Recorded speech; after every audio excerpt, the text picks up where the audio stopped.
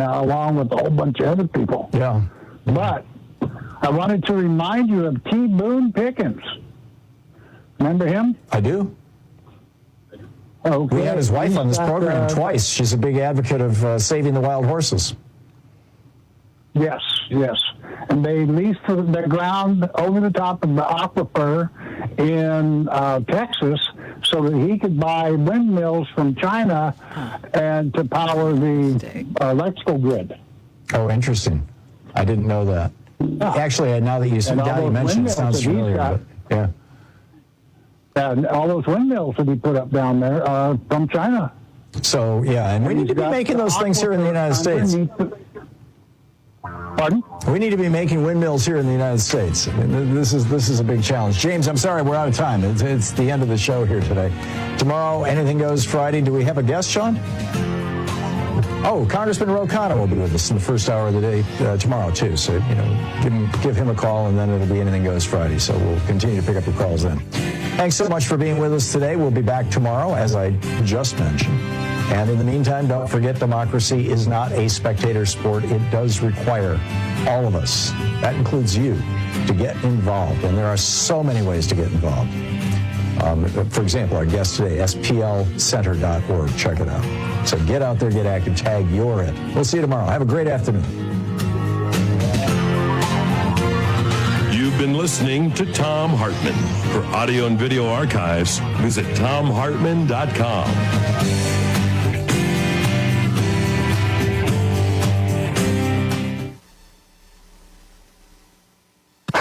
Hi, I'm veterinarian Dr. Marty Goldstein. In my 45-plus years of working with animals, folks have asked me all sorts of questions about dog health, nutrition, and behavior. And now I want to answer your dog questions right here in my weekly Ask Dr. Marty segment. Brought to you each week by Dr. Marty Pets Nature's Blend Dog Food. Text TOM to 511-511 to save 54% and receive a free package of dog treats. Text fees may apply.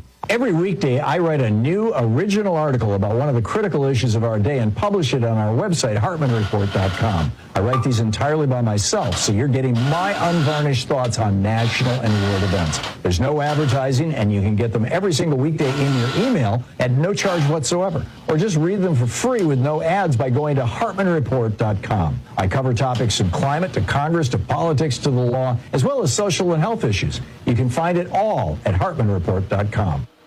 Out Chicago. What I hate is bringing up trans issues with somebody who doesn't want to discuss politics, because trans issues, it's rights. It's not just politics. Yeah. And I've been in situations where I was bringing up somebody that was trans, and the person happened to be a person that never wants to talk about politics. Can you guess probably where they lean?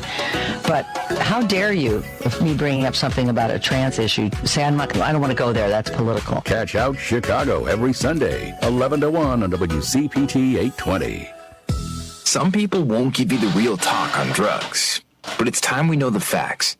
Fentanyl is often laced into illicit drugs and used to make fake versions of prescription pills. You can't see it, taste it, or smell it. Suppliers mix fentanyl into their products because it's potent and cheap, and the dealer might not even know. Keep yourself and others safe by knowing the real deal on fentanyl. Get the facts. Go to realdealonfentanyl.com. This message is brought to you by the Ad Council. This is AP News. I'm Rita Foley. Former President Trump reacting to word that he's been indicted on charges of mishandling classified documents at his Florida estate. There's never been anything like what's happened. I'm an innocent man. I'm an innocent person. It's alleged that he willfully and illegally hoarded sensitive national security information. If he's convicted, he could go to prison. He says he's due in court on Tuesday. The AP's Eric Tucker. Although prosecutions of defendants for mishandling classified documents are routine, there is nothing routine about this particular investigation. The politics of it are truly extraordinary and unprecedented.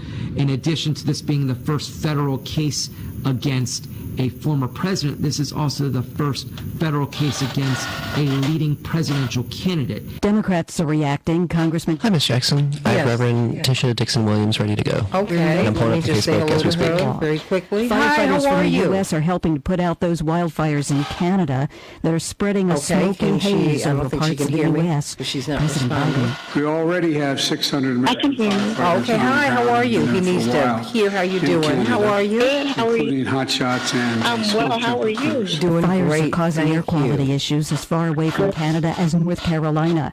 Experts urging you to stay indoors as much as possible if you're in one of the areas that's Okay, dealing can with you this smell. hear her? Wear a face mask if you go out. Yes. I'm just pulling up the Facebook right now to see Okay, if so she you can. can't hear her on Website, Facebook yet, though. airnow.com.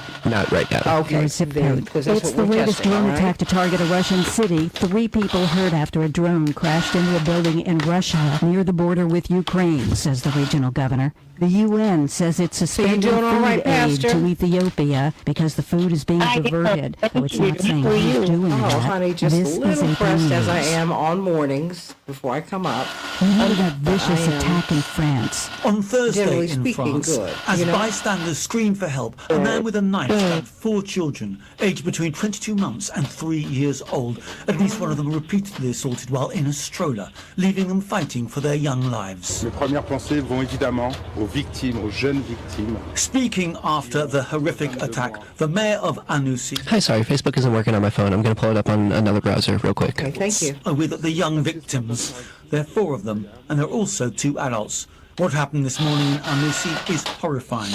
Astor also thanked security forces and emergency services for responding in record time. A prosecutor leading the probe says the suspect's motives are unknown, but did not appear to be terrorism related. Police have identified him as a 31-year-old Syrian. I'm Charles de la Tesma. And I'm Rita Foley, AP News. This is 8:20 a.m. WCPT Willow Springs and streaming worldwide at WCPT820.com. We are Chicago's progressive talk, where facts matter. Now your WCPT 820 weather update. From the Weatherology Weather Center, I'm meteorologist Michael Carroll. For today, we'll see a good deal of sunshine with high temperatures climbing up. And Hello. Can I get a word from Pastor Dixon Williams real quick? Okay, you should speak with her for directly. Saturday, a blend of clouds and sunshine with highs headed up to 86 degrees. Then rain likely and cooler Hello, on your speak with her Sunday. We're directly, back to hon. highs in the mid-60s.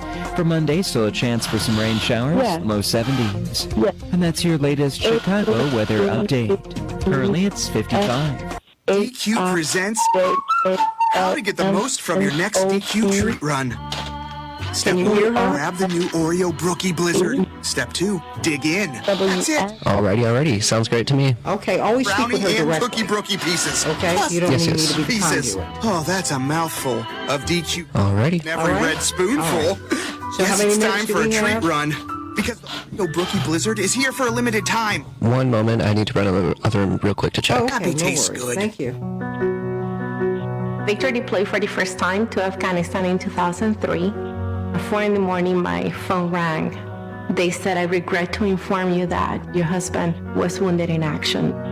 Victor sustained a moderate traumatic brain injury. I was doing school full-time, and I was also then caring for Victor. One of the most important elements of caregiving is taking care of yourself. I just didn't want to forget that I also had goals and that I also had a life. What I did is I challenged Victor to meet me halfway. There are almost 6 million military and veteran caregivers across the nation. 3 minutes. We have our own journey, and we can fulfill that journey at the same time that we are helping our loved one. Visit aarp.org/caregiving for a free military veterans guide to navigate your caregiving journey and better care for your loved one and yourself. Brought to you by AARP and the Ad Council. Don't you wish your life came with a warning app? Stop. That dog does not want to be petted. Just a little heads up before something bad happens. Move your coffee cup away from your computer. Oh, no. So you can have more control. Stop. You're texting your boss by mistake. Uh-oh. Well, life doesn't always give you time to change the outcome, but prediabetes does. With early diagnosis and a few healthy changes like managing your weight, getting active, stopping smoking, and eating healthier, you can stop prediabetes before it leads to type 2 diabetes. It's easy to learn your risk. Take the 1-minute test today at doihaveprediabetes.org.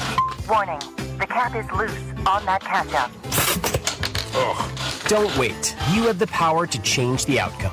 Visit doihaveprediabetes.org today. That's doihaveprediabetes.org. Brought to you by the Ad Council and its prediabetes awareness partners.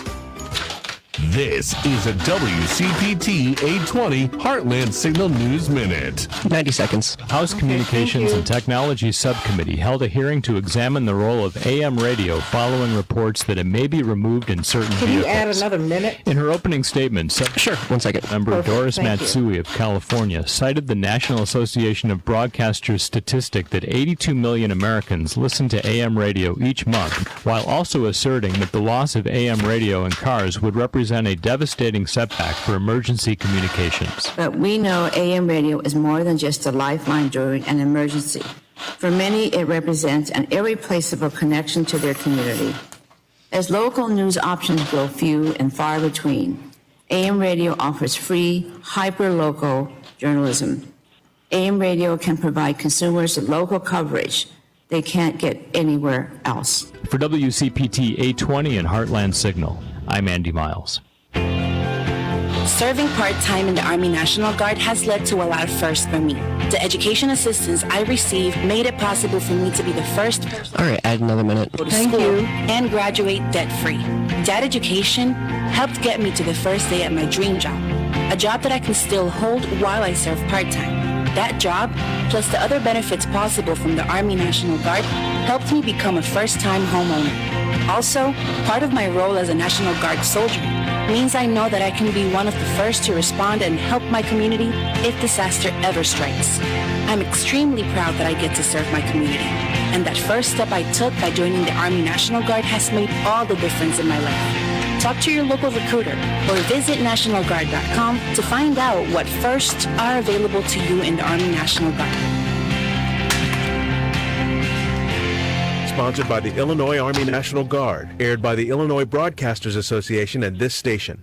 Some people won't give you the real talk on drugs, but it's time we know the 90 seconds. Thank you. fentanyl is often laced into Let's illicit have a great drugs show. and used to make fake versions. Yeah, let's do it. In pills.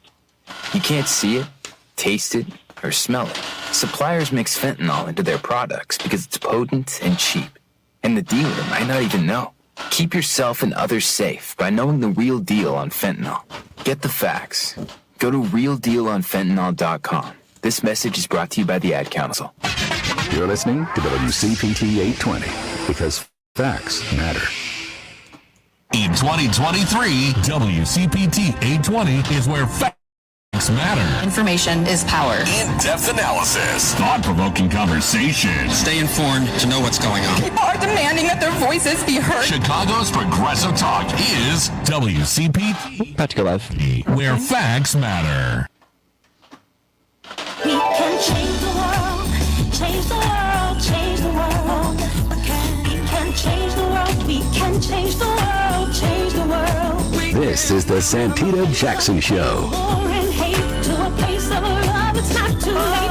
Gotta save the children, we can't wait. Let's change the world. Hey everybody, welcome to the Santita Jackson Show. It's Friday, June 9th, 2023. I'm coming to you from the nation's largest progressive talk radio station, WCPT 820, the nation's largest progressive talk radio station and the voice of Minnesota, Progressive Minnesota, AM 950 radio. All right, everybody. Now, former President Trump is in legal jeopardy. He is the first president in our history, in the history of the Republic, to be indicted. That was something that was avoided with President Nixon, but it was not avoided here. I want to hear what your thoughts are. Call me at 773-763-9278, 773-763-WCPT. Now, you must know that his indictment does not block him from running for president. If he's indicted and he is tried, it doesn't stop him from running for president. And if he goes to prison, it does not stop him from being president. Wow. Think about that. What does this mean? So everyone, please give me a call. I want to know what your thoughts are. Call me at 773-763-9278, 773-WCPT. And I want you to meet my morning stars. Dave Dowling has gotten things rolling early in the morning along with Mark Hay and Daryl and Jewel and, oh my goodness, and Eric. How you doing? Everybody, I want to hear your thoughts today. I mean, I know you all are writing, and Darius, hey, how you doing, Pastor? So many of you are writing on the Santita Jackson and Friends Facebook page and the Santita Jackson Show YouTube channel. Please go over there and like and share. But everybody, I want to hear your voices today. And the nation needs to hear your voices. I've got a special guest. We're going to be talking with presidential candidate Marianne Williamson at the bottom of the next hour. What does she envision? What is her reaction to these indictments? And what about her own candidacy? She is polling at better than 9%. That's not insignificant, everybody. That's enough to get her into the debates. But, oops, we're not going to have any debates, at least not now. And we don't quite know where the polling is, because if you're polled, they don't ask you about Marianne Williamson. They don't ask you about Robert Kennedy. They don't ask you about Cornel West. The way they phrase it is, well, they're not going to win. So what about Biden? I've seen them do it. Campaign cycle in, campaign cycle out. It's just, to me, times are different now. People are wanting something else, and I want to know what your thoughts are. Do you think, what do you think is going to happen here? What do you think is going to happen here? Call me at 773-763-9278. And does she have a fascinating candidacy? Wow. What do you think about that? I can't wait to speak with her. I've spoken with her before, and she's brilliant, and I think what a great spiritual teacher she is, everybody. So let's get to some of these headlines on the Santita Jackson Show. We have got plenty of them, indeed. Leading the headlines today, former President Donald Trump has been indicted on 7 counts in the special counsel's classified documents probe. These indictments are under seal until Tuesday. Even the former president, has not seen them. And so we will see what's going to happen on Tuesday. This marks the first time a former president of the United States has ever been charged with a federal crime. The Department of Justice has been investigating whether classified documents from the Trump White House were illegally mishandled when they were taken to his Florida Mar-a-Lago residence after he left office. He's denied any wrongdoing and was separately indicted in March on state charges related to hush money payments to a former adult film star, Stormy Daniels. As for his 2024 presidential bid, nothing stops former President Trump from running while indicted or even convicted or even imprisoned, everybody. But it may be more difficult for an indicted candidate to win votes. Maybe, maybe not. Call me at 773-763-WCPT. Air quality conditions throughout the eastern United States and Canada are expected to slowly improve this weekend. The operative word there is slowly. The operative phrase there is slowly improve. Forecasts show, but the skies will take time to fully clear. Wear your mask, everybody. Jewel, you're up there in New York. Wear those masks. I'm wondering if it's hit us here in Chicago, because it got to Detroit, and it's been hazy the past few days. I'm a layperson, just making an observation, everybody. The dense clouds, according to the CNN report, these dense clouds of smoke have postponed professional sports games, grounded flights due to poor visibility, shuttered schools. They forced many to mask up when outdoors. Please be careful, everybody. All of Pennsylvania, Delaware, Connecticut, Rhode Island, New Jersey, and Indiana will remain under air quality alerts today. That's a huge swath of the United States, everybody. Parts of Ohio, Michigan, Maryland, Virginia, and North Carolina continue to experience alerts as well. Be careful, everyone. In Canada, about 16,000 people left their homes in Halifax during the height of the wildfire evacuations, which caused this air quality crisis. The S&P 500 rallied on Thursday to end the day in a bull market, and advisors to the FDA voted Thursday to endorse an antibody designed to protect infants and some toddlers from RSV, or respiratory syncytial virus. So everybody, there are some of the headlines. In Chicago, we're going to have a high of 73 degrees, mostly sunny. 86 degrees will be the high in Minneapolis, St. Paul. The NBA, well, the Nuggets are leading that series 2-1. They could win the title for the first time in their 47-year history. We will see, though. The Heat have not They have not given up. They cannot be counted out. That game is tonight. In the WNBA, the Liberty will be facing off against the Dream, and the Sky will be facing off against the Sparks. Go, ladies, go. In the NHL, the Panthers 3, the Golden Knights 2, but the Golden Knights lead in that series 2-1. In Major League Baseball, the Rays 4, the Twins 2, Angels 3, Cubs 1. Yankees shut out the White Sox 3-0. Those are the headlines on the Santita Jackson Show. Let us get some good news. Wow. First of all, how are you breathing? How are you doing up there in New York?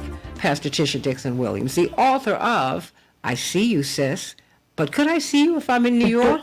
Girl, I don't think I could. You could see me if you were in New York. As of today, I had the privilege of spending time at the Hampton Ministers Conference, and so I was in Virginia for the majority of the week during the most critical days of what I've been calling the smoke monster. So as of now, it's still pretty hazy and cloudy, but I'm told that it's lifted quite a bit, and hopefully it will get better. However, we are still encouraged to wear masks when we go out, if we have to go out at all. So, yes. Please be careful. Please be careful. And everyone be careful lives. Well, really, it got to Detroit. And I tell you what, the weather here has been beautiful in Chicago, but I have wondered if it got to Chicago because it's been so hazy. I mean, I live very, very, very east, right on the lake. And I see the weather rolling in. And I'm like, no, you all aren't telling us something. Because it's not a clear sky. It's a beautiful sky, but it's not clear. It's not clear. So everybody be careful, and I'm so glad that you are doing well. I'm glad you were down in Hampton, where my grandmother used to be. That's right. God rest her soul. Yes. Absolutely. Yes. It was a wonderful time. Oh, we love the Hampton Ministers Conference. They do such great work. Oh, yeah. Today I want to talk about mourning. Jesus told us, blessed are they that mourn, for they shall be comforted, which seems rather contradictory because I've never considered mourning a blessing, and yet we all have to do it. We all experience life changes, major transitions, things that bring us grief and things that cause us to mourn. But someone may be asking right now, well, what's the difference between grief and mourning? Well, it's simple. Grief is what happens when we experience some sort of joy and how we deal with it on the inside. Grief is how we feel on the inside. Mourning is how it shows up on the outside. So you could be grieving and mourning in anger, grieving and mourning in sadness. So many times we as believers like to use churchy jargon like, I don't look like what I've been through, which is okay. But what if you actually did look like what you've been through? What if in your grief you took the time to mourn and that came out externally in such a way that because people knew what you were going through, because you looked like what you were going through, they could be more apt to help you? The only way that we know a plant is not doing well is when it starts to wilt.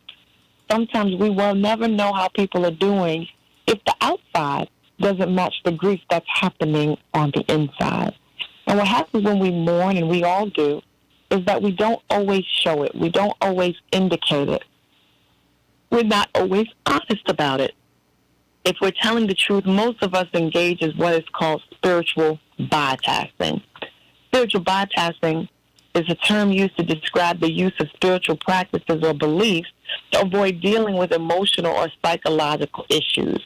It usually involves using spiritual concepts and jargon such as attachment, positivity, or forgiveness to suppress or deny painful emotions or experiences. And we do it all the time. Someone dies, we spiritually bypass by saying, oh, they're in a better place. If you lose a job, someone might spiritually bypass by saying, but don't worry, there's something even better in your future. If you're in pain or if you're hurting, you shouldn't be in pain or hurting. You've got a God that loves you. All of those are examples of spiritual bypassing. But the seeds of grief are going to sprout no matter what. And so what we have to do is stop spiritually bypassing and begin to dig up and to uproot and cultivate the seeds of grief that are within us. That's the only way we get past our grief and our mourning. Because spiritual bypassing can be harmful because it can prevent people from addressing their issues and working through them in a healthy way. It can also lead to a lack of authenticity in your spiritual practice and a disconnection from your true self. Ignoring negative emotions and always focusing on the positive ones, believing that everything happens for a reason and using this to avoid taking responsibilities for your actions or choices, using meditation or other spiritual practices as a way to escape from problems instead of using them to help to excavate your problems and deal with them. Pretending to be enlightened or spiritually advanced to avoid dealing with personal issues. All of those things are spiritual bypassing. It's important to remember that spiritual practices and beliefs are helpful for us, but they shouldn't be used to cover up the things that we are going through. And it's important to integrate our spiritual practices with emotional and psychological work to achieve healing and growth. So the only person known in the history of man that was great at spiritual bypassing was Jesus. What do I mean? Jesus, anytime Jesus passed by, someone was blessed spiritually. When Jesus spiritually bypassed, it meant healing and it meant wholeness. It didn't mean covering up in an effort to feel better. And so today, face your issues, deal with your grief, and learn how to mourn. There's a blessing in that, and that's the good news. It is the good news, and thank you for speaking to me. Because, I tell you, I got angry yesterday about something, and everybody was so thrown. Ooh, and they started moving. And because I was angry, but I expressed it. And I'm at a point now where I do that. And everybody was silent, including someone who is kind of angry all the time, or they let you know, well, no, it's going to be okay. I said, it's not going to be okay.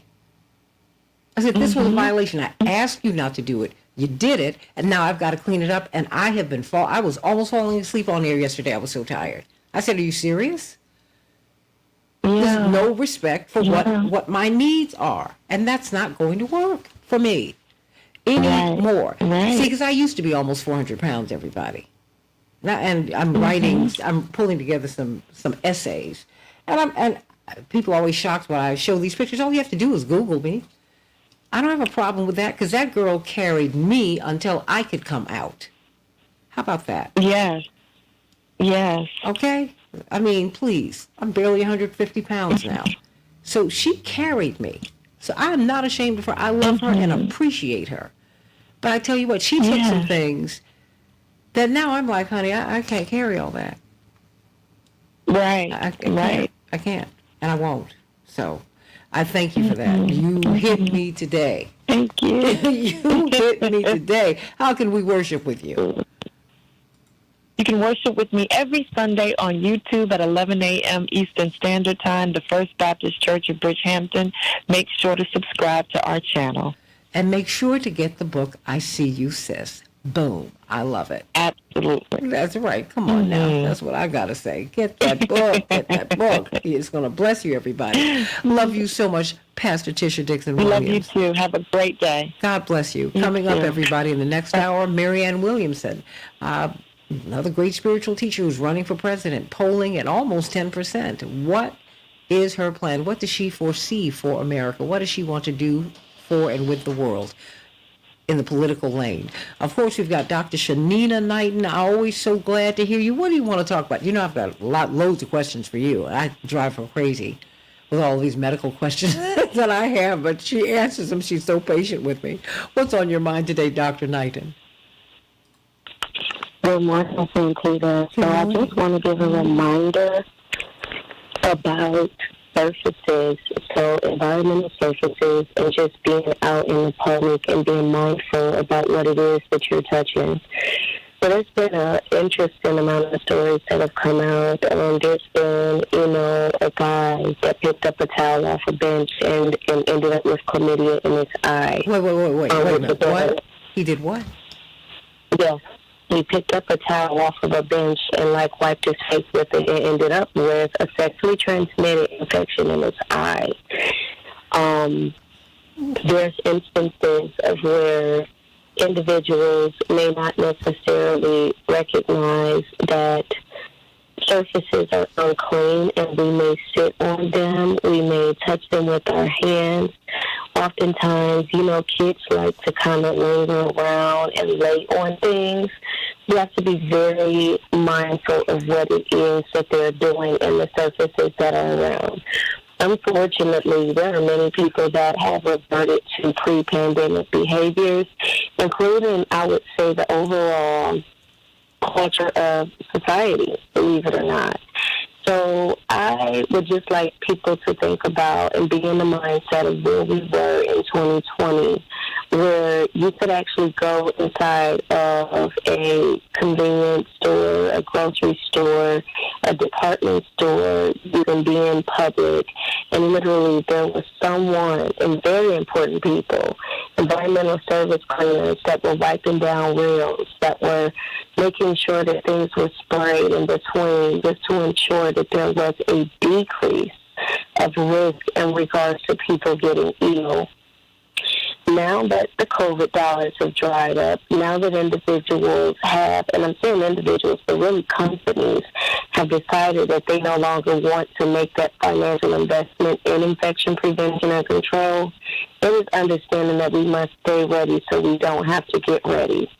As there continues to be an uptick of illnesses, some of them very familiar, some of them we haven't heard of, we want to make sure that we put ourselves in a mindset that before people understood what COVID-19 was or SARS-CoV-2 was, people had it. People had it, and when they reflected back, they said, you know what, I think I had it. So how do you reflect and make sure, like, hey, I don't want to get it because I'm not aware of what may be around the corner next? It's not a place of living in paranoia. It is a place of understanding. How do you stay ready so you don't have to get ready? How do you understand that infection prevention and control is something that we should be incorporating into our daily lives? Not just when we think we need it, but because we need it in order for us to understand that many environmental factors, many aerosols, many illnesses, many behavioral things of people that are ill do exist, and we cannot rely on others to keep us safe. So you must make sure, as I mentioned, being the CEO of your health by incorporating infection prevention and control practices into your daily lives, and stop making the assumption that someone is cleaning something that you're going to come in contact with. Chlamydia in his eye? Girl, look, I almost missed everything you said after that. But it makes perfect sense, but we're not thinking about that. And I went to one of my mother's favorite restaurants with her yesterday, and it's a buffet. Oh, my mother has very interesting taste. And I was like, oh. She was like, well, aren't you going to try this? Because I came here for this and the other. She's very interesting. She goes up, she goes down. And it was interesting to me that the cleaning practices that I'm watching people employ or not employ. Reusing the same rags, clean all the different tables, things like that. And, it made me uneasy. And so it just very quickly, I've got less than a minute, really 20 seconds. Do you clean a table that someone else is going to sit at again, like for a picnic? Do you use a paper towel?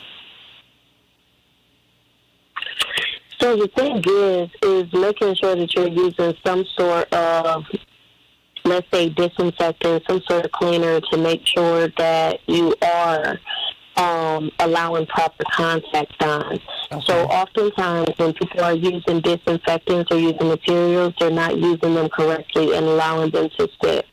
And Santita, I just also want to be clear, okay, that when we are talking about the transmission of things through towels, whether that's a hotel towel, whether that's bed linen, whether that's anything, things can be transmitted by not being clean.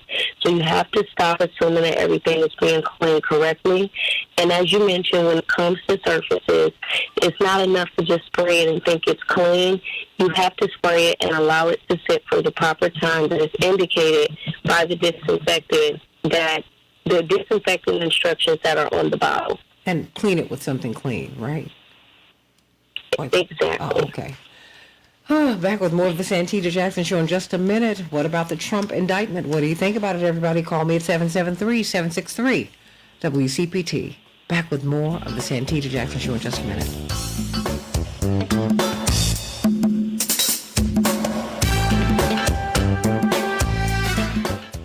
Woo! Okay, chlamydia in the eye. You got me, girlie. You got me. You got me. Yeah, think about it. Like, it's the such thing as, like, people not cleaning things that they should. It makes perfect sense. That having been said, I'm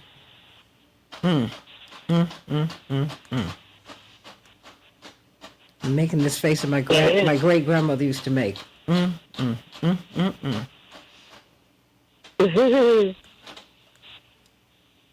Yes, I know. It's actually one of those things that we have to be aware of, for sure. Oh, gosh. This is disgusting.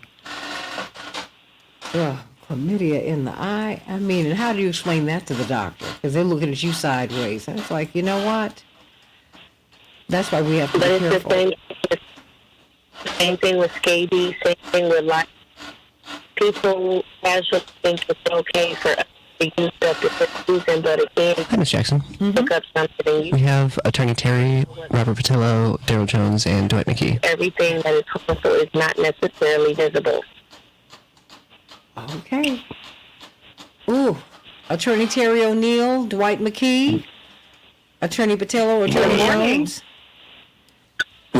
Sending you all much love today. Got a lot going on. Robert, I will connect you to the people I spoke with from Marianne Williamson's team, okay? Thank you so much. No, of course I will. Of course I will do that. Of course I will. Of course. Okay.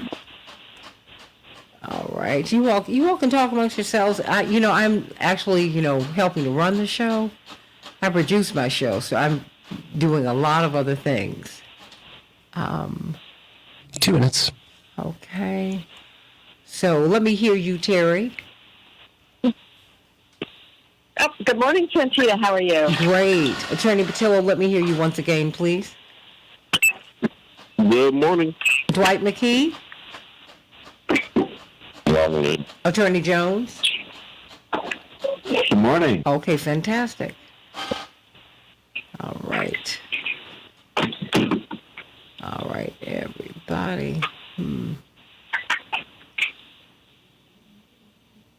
What was this?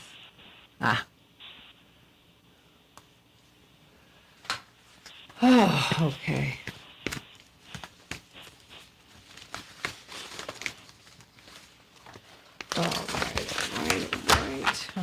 All right. Okay, let me do this. 1 minute. Uh-huh.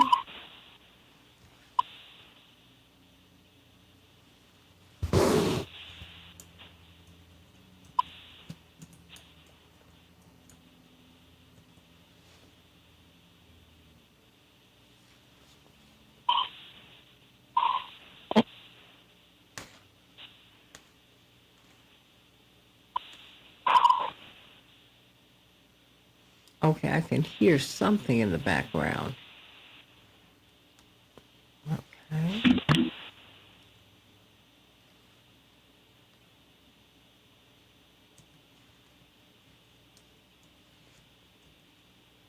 $20 seconds.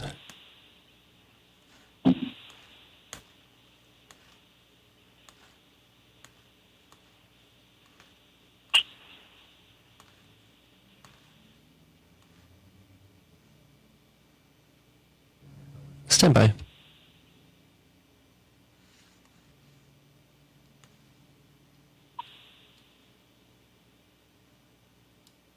We can change the world, change the world, change the world. We can change the world, we can change the world, change the world. This is the Santita Jackson Show. War and hate to a place of love, it's not too late. Gotta save the children, we can't wait. Let's change the world. Hey, everybody.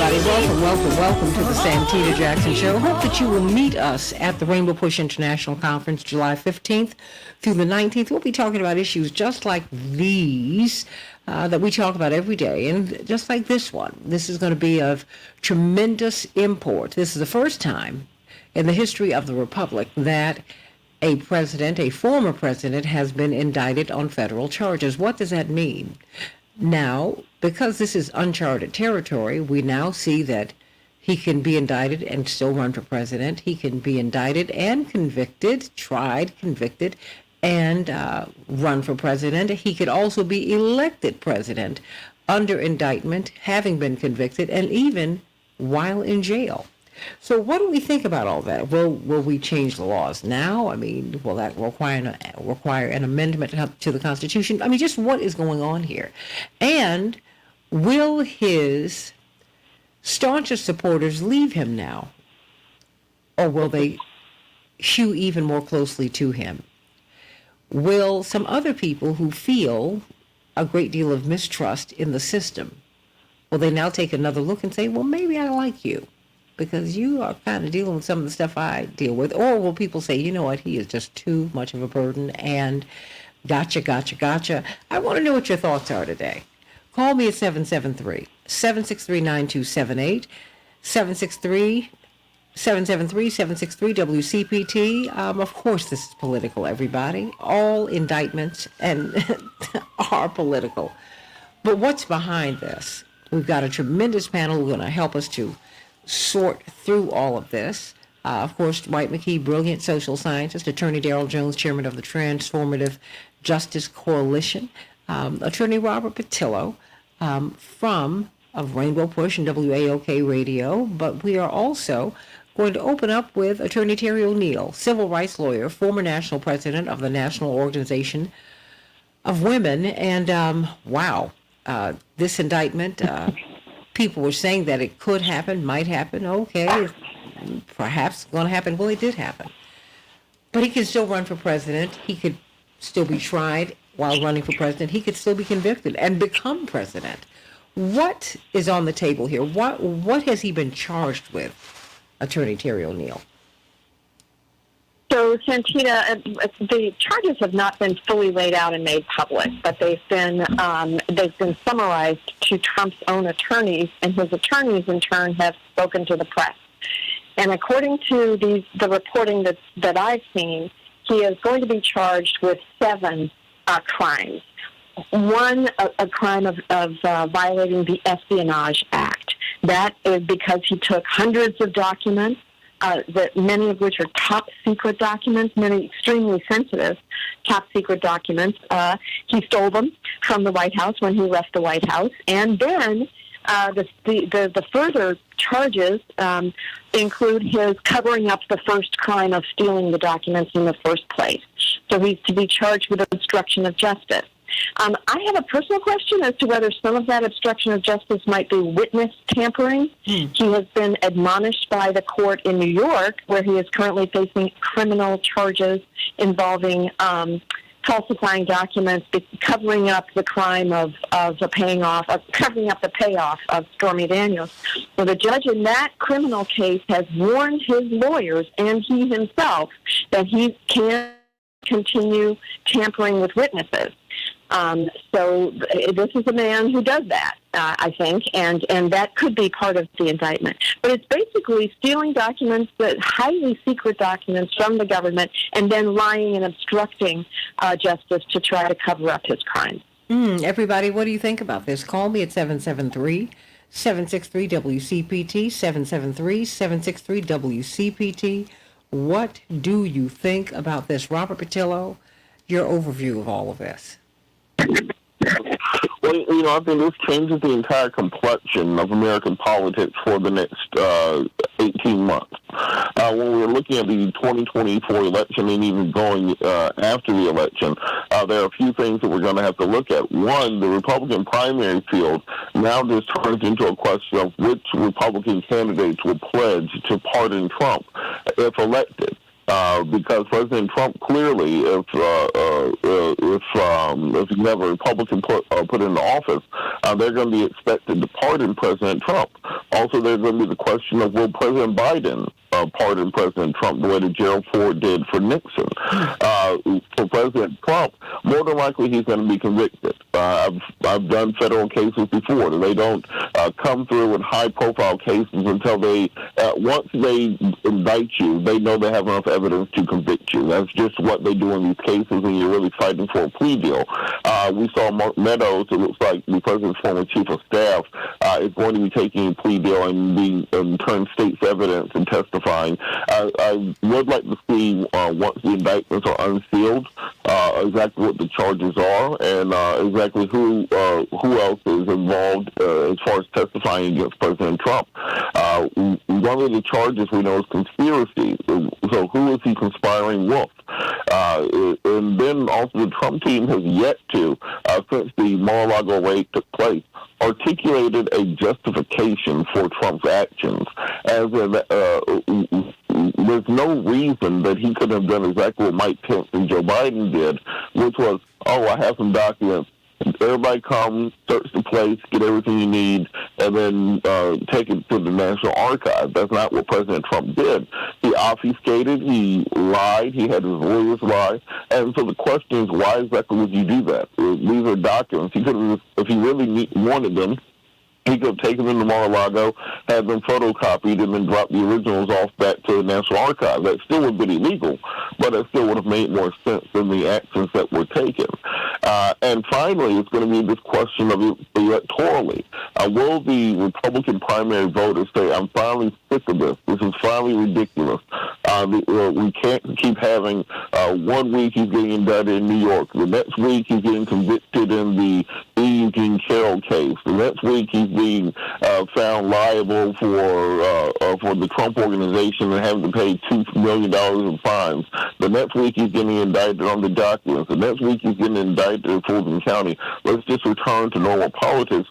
Or do they kind of rally around Trump and Trump becomes the nominee, even while being on trial, potentially both in Georgia, New York, and on the federal trial, all going on at the same time next year. So this is going to dominate American politics, and it's just going to be a question of Trump or not Trump. And President Biden, for the most part, will be able to kind of skate his way through the next year because all the attention will be on Trump again. Why are these indictments under seal, Attorney Jones? I mean, Trump's team haven't even seen them. I mean, why is that practice common? I mean, please, we know he's been indicted. I don't understand that.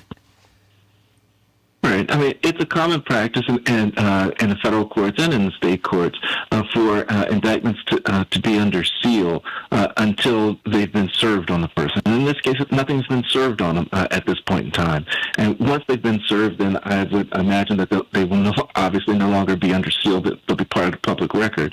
But until the time that they're actually served on someone, they don't want any interference. They don't want anyone to know, what's going on, so there can be any type of interference, that anything can be done to try to get ahead of the prosecution and what's going on. It's a prosecution-based tactic to protect their witnesses, to protect their evidence until the actual indictment is served. So that's the reason that they keep it under seal until that point in time.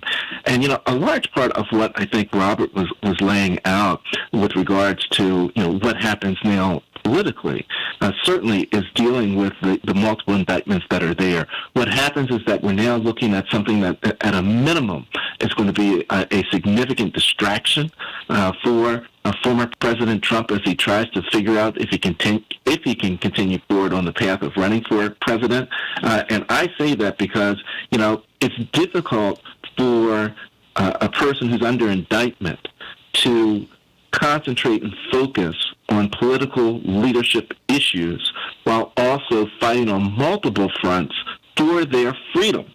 Is it possible that he could win the primary and be on an ankle bracelet or locked up someplace? That's possible. It's not likely, but it is possible. So, it's a situation where you have someone that's certainly under indictment in New York, under indictment federally in Florida, probably soon to be under indictment in Georgia, and then another indictment from the January 6th. So there's a lot that's going on his plate, and I don't know that when all the walls are put up around him, the New York wall, the January 6th wall, the Georgia wall, and now this current Florida wall, I'm not certain that he's going to be able to get out of those walls to be able to effectively run, and may abandon his run for presidency at that point in time. Well, Chuck Schumer did say at the beginning of his presidency in 2017, he said, the intelligence community has a million ways to Sunday, I'm paraphrasing,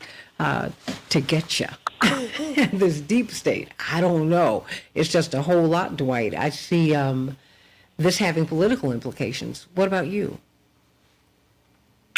Well, I think he does a couple of things. I think one, it consolidates his base. I think other than Christie, it neutralizes his opposition. I think he'll make a raise about $40-50 million off of it.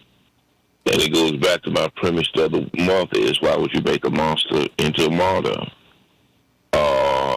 I think that when they look at the evidence and compare it to what Biden did with his papers, that most people won't be able to distinguish what the difference is. So it's going to look like selective prosecution. And look at the Pence papers. It still come across again as selective prosecution. And I think that it looks like they're piling on, not because of his innocence or his guilt, because they're inconsistent there. What do you mean? Where's the inconsistency? Well, they haven't indicted Pence. They haven't indicted Hillary for what she did with her papers. They haven't indicted Biden for he's taken more papers and kept them longer. And so for people who believe in the deep state, it'll look like he's the big bad wolf that they fear to clean up the system, to clean up the swamp, which is how he's going to play it, in my opinion. And so I think it can depend on how cunning he is, and he's very cunning, can become an asset to him rather than a liability. Mm-hmm. And it's going to also put focus on what's happening with the Biden family and the Ukraine. And that family is vice president, some way or another. Biden took that has gotten about $10 million, him and his family, from the Ukraine. And it's going to, the Republicans are going to use this as a pretext to unravel that and put that on the table. So I think it has implications for everybody, because now you open up Minerva's box, and it gives people a chance to. It really takes the gloves off and say all is fair in love and war, and those things that have been historically off limits now are on limits. So I think it has not just political implications. I think it has international implications, because it also, because of his position and affection for Putin and Russia, it's going to give them a pretext to try to create more momentum for him. And so who's most at risk is, to me with that is the Ukraine and Syria. And those companies now, and since Saudi Arabia now is lining up with the Chinese, I think that they're going to use this as an opportunity to see if they can take Biden out. So I think there'll be more bombs in the Ukraine, more pain and suffering in the Ukraine. I think that more countries would join this new dollar devaluation train, and it's going to because now they see a chance where Biden is also weaker. As I told Robert the other day, Robert ran down Biden's whole accomplishment portfolio. And with all what he's done and has done and did do, he's still at 49% at the most on a good day. And so he's still very vulnerable, in my opinion, even as that nominee. And then lastly, because they've closed out any debate since they made this coordination rather than the convention, the third-party candidates, one which you have on today, is going, everything is open season for them. So you're going to see the Kennedys and the Westes and the third-party candidates. Well, she and Kennedy are running under the Democratic banner, to be fair. But they're considered outliers, to your point. Yeah, outliers. They're going to take a shot at the unfairness of the process, and will take as many shots at the Democrats now as they would the Republicans. So it's a hodgepodge. It's a real amazing proposition with a lot of implications. Let me go to Andre. Andre, what's on your mind today?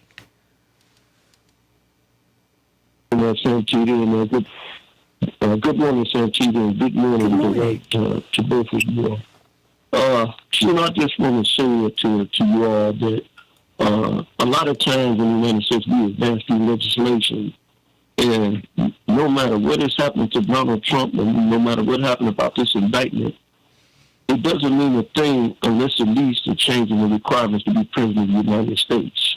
The only thing that's required is for you to be a U.S.-born citizen and be 35 years old. So what they've done is they did all this stuff to him, but what have they done for democracy? Unless legislation is brought forth to make it impossible for somebody like Trump to advance to the level of president again, then this is destined to be repeated. I'd like to see some changes there, background checks, and not have a sense of whatever you may call it, where you can't indict a sitting president. All of this stuff is old rules right there. It needs to be changed. Now, you can't change the Constitution, but you can make some amendments to it. And I haven't seen nobody on the Republican or the Democratic side talking about changing the requirements to be president of the United States. So, yeah, Trump got an indictment, but it doesn't do nothing to make the United States safe and protect us safe. Our safety and protect our democracy. Donald Trump said tear up the Constitution. He said defund the FBI. Still no pushback from either side. He withheld money from Ukraine. Still no pushback from either side. Again, until... I have to tell you, Andre, I don't mind revisiting Ukraine because I still don't know why we're there. And the FBI certainly needs to be overhauled, because they were weaponized against Dr. King, and they're still weaponized against the left today. That's what they do. They don't typically track the right wing at all. They don't. So, I mean, because it's curious to me that those of us on the so-called left are saying, wait a minute, he's saying go after the FBI. I'm like, yeah, the FBI continues to go after you and us. I mean, what? I'm not saying just take people out. I'm saying re-examine what they do.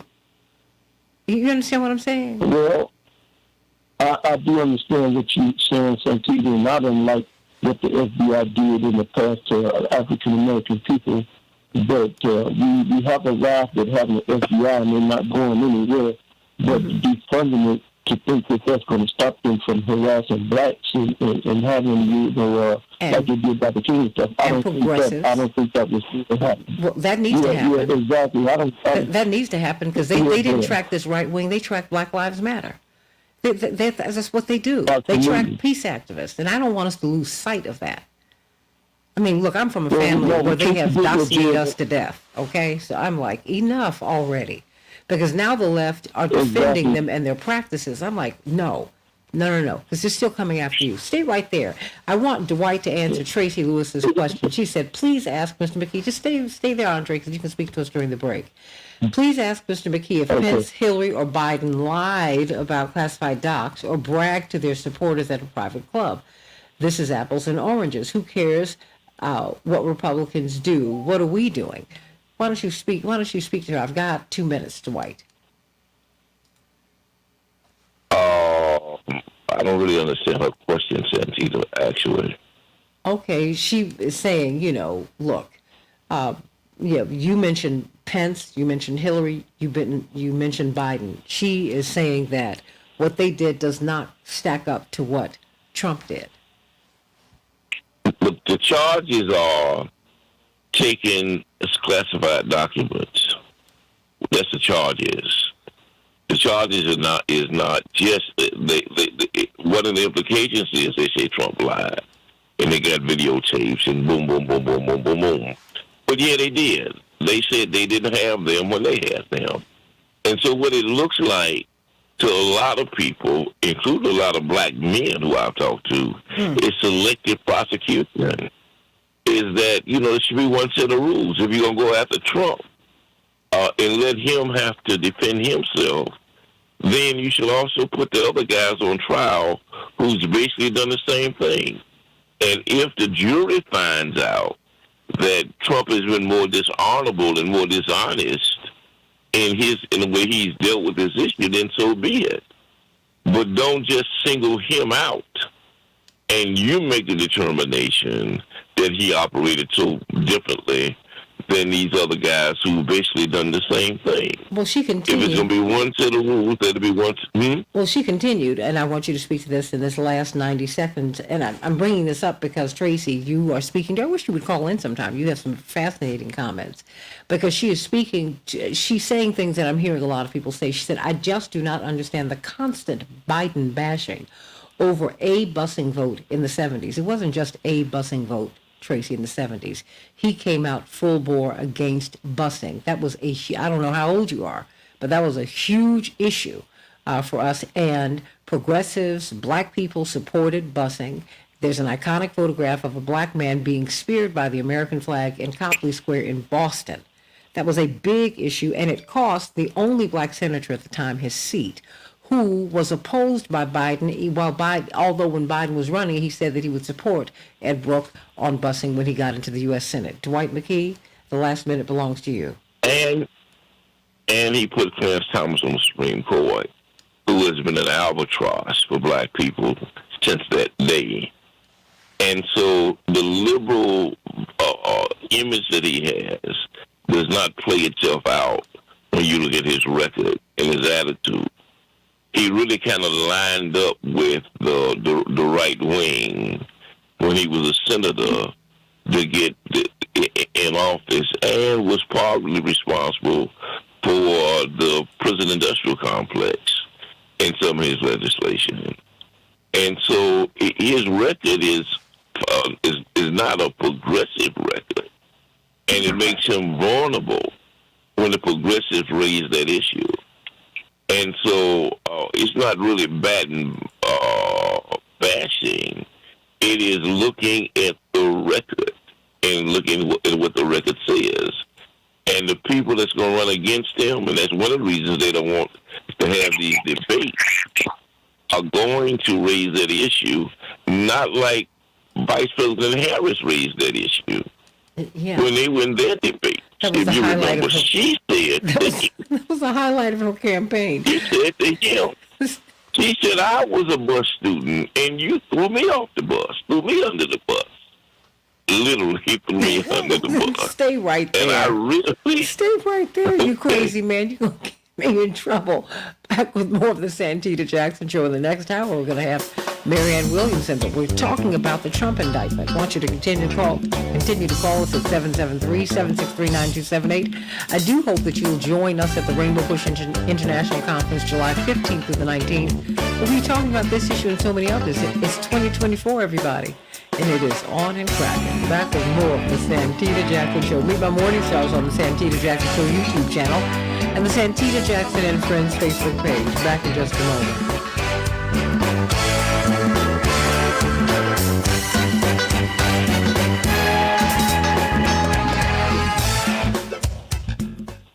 Okay. All right. Continue talking. But Andre, I did hold you because I wanted you to complete your thought, honey. Okay. I like engaging people. Yeah, and I appreciate that. Thank you. for that, Santita. So we go back to J. Edgar Hoover and the things that he did with the Black Panther Party.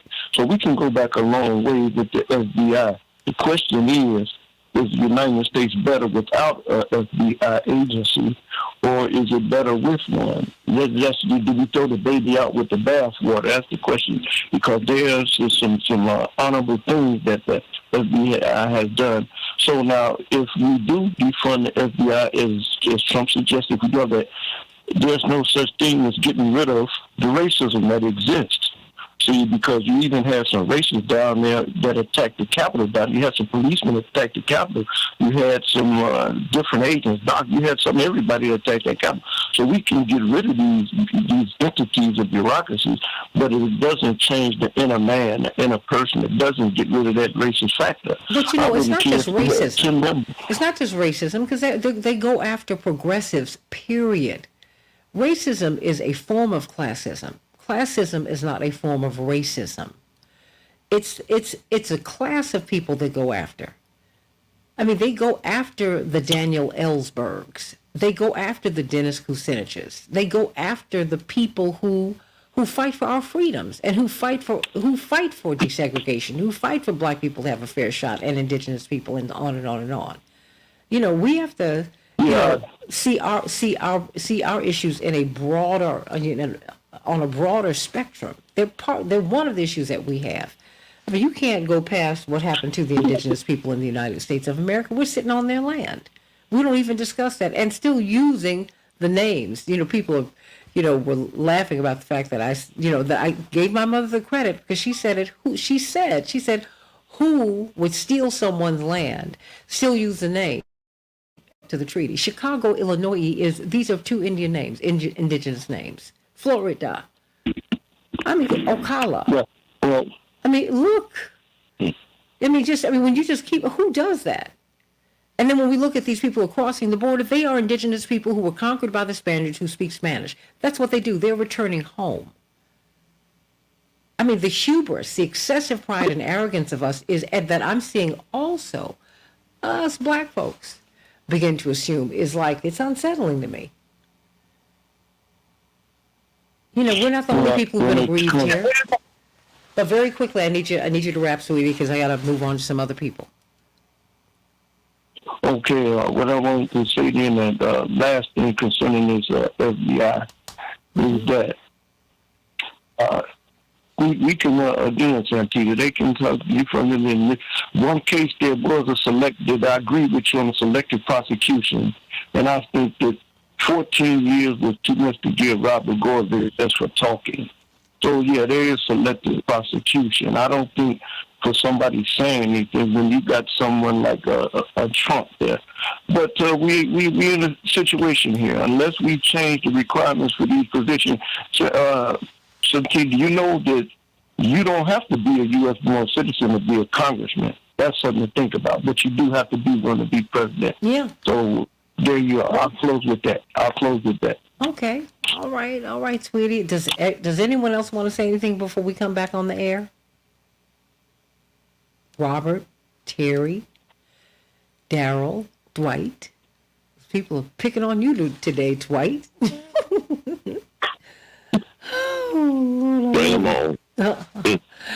Ow. I know. I was just asking some questions. But Tracy speaks to, a large swath of people who say, look, you all are Biden bashing. He's given us a black woman president. He didn't give us a black woman president. That was part of a vice president. That was part of our requirement. Y'all need to stop giving people credit for the quid pro quo of politics. You don't hear any other group say, oh, thank you for the gift. We're like, no, this is what you owed me. It's what you're owed, y'all. Really. I mean, Dwight, I'm like, I don't get it. I'm like, this is what you're due. You wanted my vote. I said, I want this, that, and the other. We're the only people who don't push people on that. And then we're real patient, and you got to understand. I'm like, how you mansplain, for want of a better term, Terry O'Neill. When I don't get my deliverables in politics of all places. Hi, Ms. Jackson. Uh-huh. Oh, Oh, yeah. We have about a minute and a half. I am trying to get in contact with the press secretary for Marianne Williamson, but it is they're not picking up. I left a voicemail. And What you're going to need to do is then free up those 2 call-in lines and pull our guest up. We're going to be letting them go at 7:28 anyway, but you need to keep those lines open. So Yeah. Whoever you need to move them now, please. Okay. Okay. Will do. Should I tell the guests that we're closing the lines up? No, not closing. You're not closing the lines. You need to move them to another line so we can keep those 2 call-in lines open. Okay. Okay. Okay. Whoever you need to move, just let them know. Somebody, we're about to move 2 people so that we can open up these lines for Ms. Williamson to call in. I'm going to let you go at 7:28 so you all make your points. But yeah, Dwight, you said bring it on. But Terry, I mean, it's. I'm sorry, you're Robert to whoever. Y'all, we got 2 minutes. What? Well, for me, I think that the interesting thing here is that I don't think for Republicans they've quite had it set in for them, the significance of a federal indictment.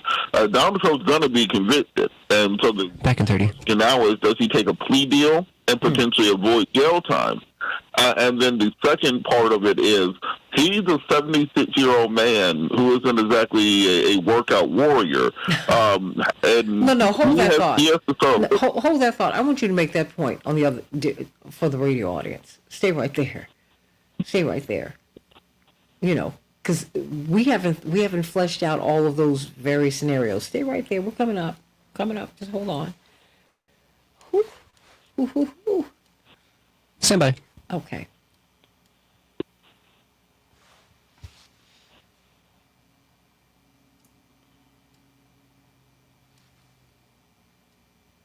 We can change the world, change the world, change the world. Yes, we can. We can change the world, we can change the world, change the world. This is the Santita Jackson Show. War and hate to a place of love, it's not too late. Gotta save the children, we can't wait. Let's change the world. Hey everybody, it's Friday, June 9th, 2023, the Santita Jackson Show on WCPT 820, the nation's largest progressive talk radio station, and AM 950 radio, the voice of progressive Minnesota. I want you to meet my morning stars on the Santita Jackson and Friends page on Facebook, and please switch on over to the Santita Jackson Show YouTube channel and like and share, everybody. Like and share this show. We're going to have Marianne Williamson at the bottom of the hour, one of those persons running for president. She's polling quite well, quite frankly, at about 10%. And Robert Kennedy is double that and growing. So we want to know what her thoughts are, what she sees. Of course, she wants to establish basically a Department of Peace. What will that mean? Some people have said, ha, that's funny. Is it really? Is it really? What about having a multipolar world? I mean, is that really funny? Can't wait to talk with her about that, everybody. They say from the third eye to the third way. Well, we will see what Marianne Williamson has in store for her own candidacy for the presidency of the United States.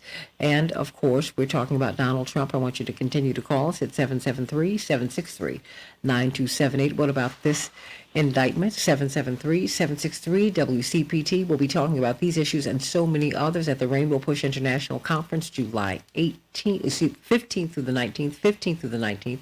You don't want to miss it.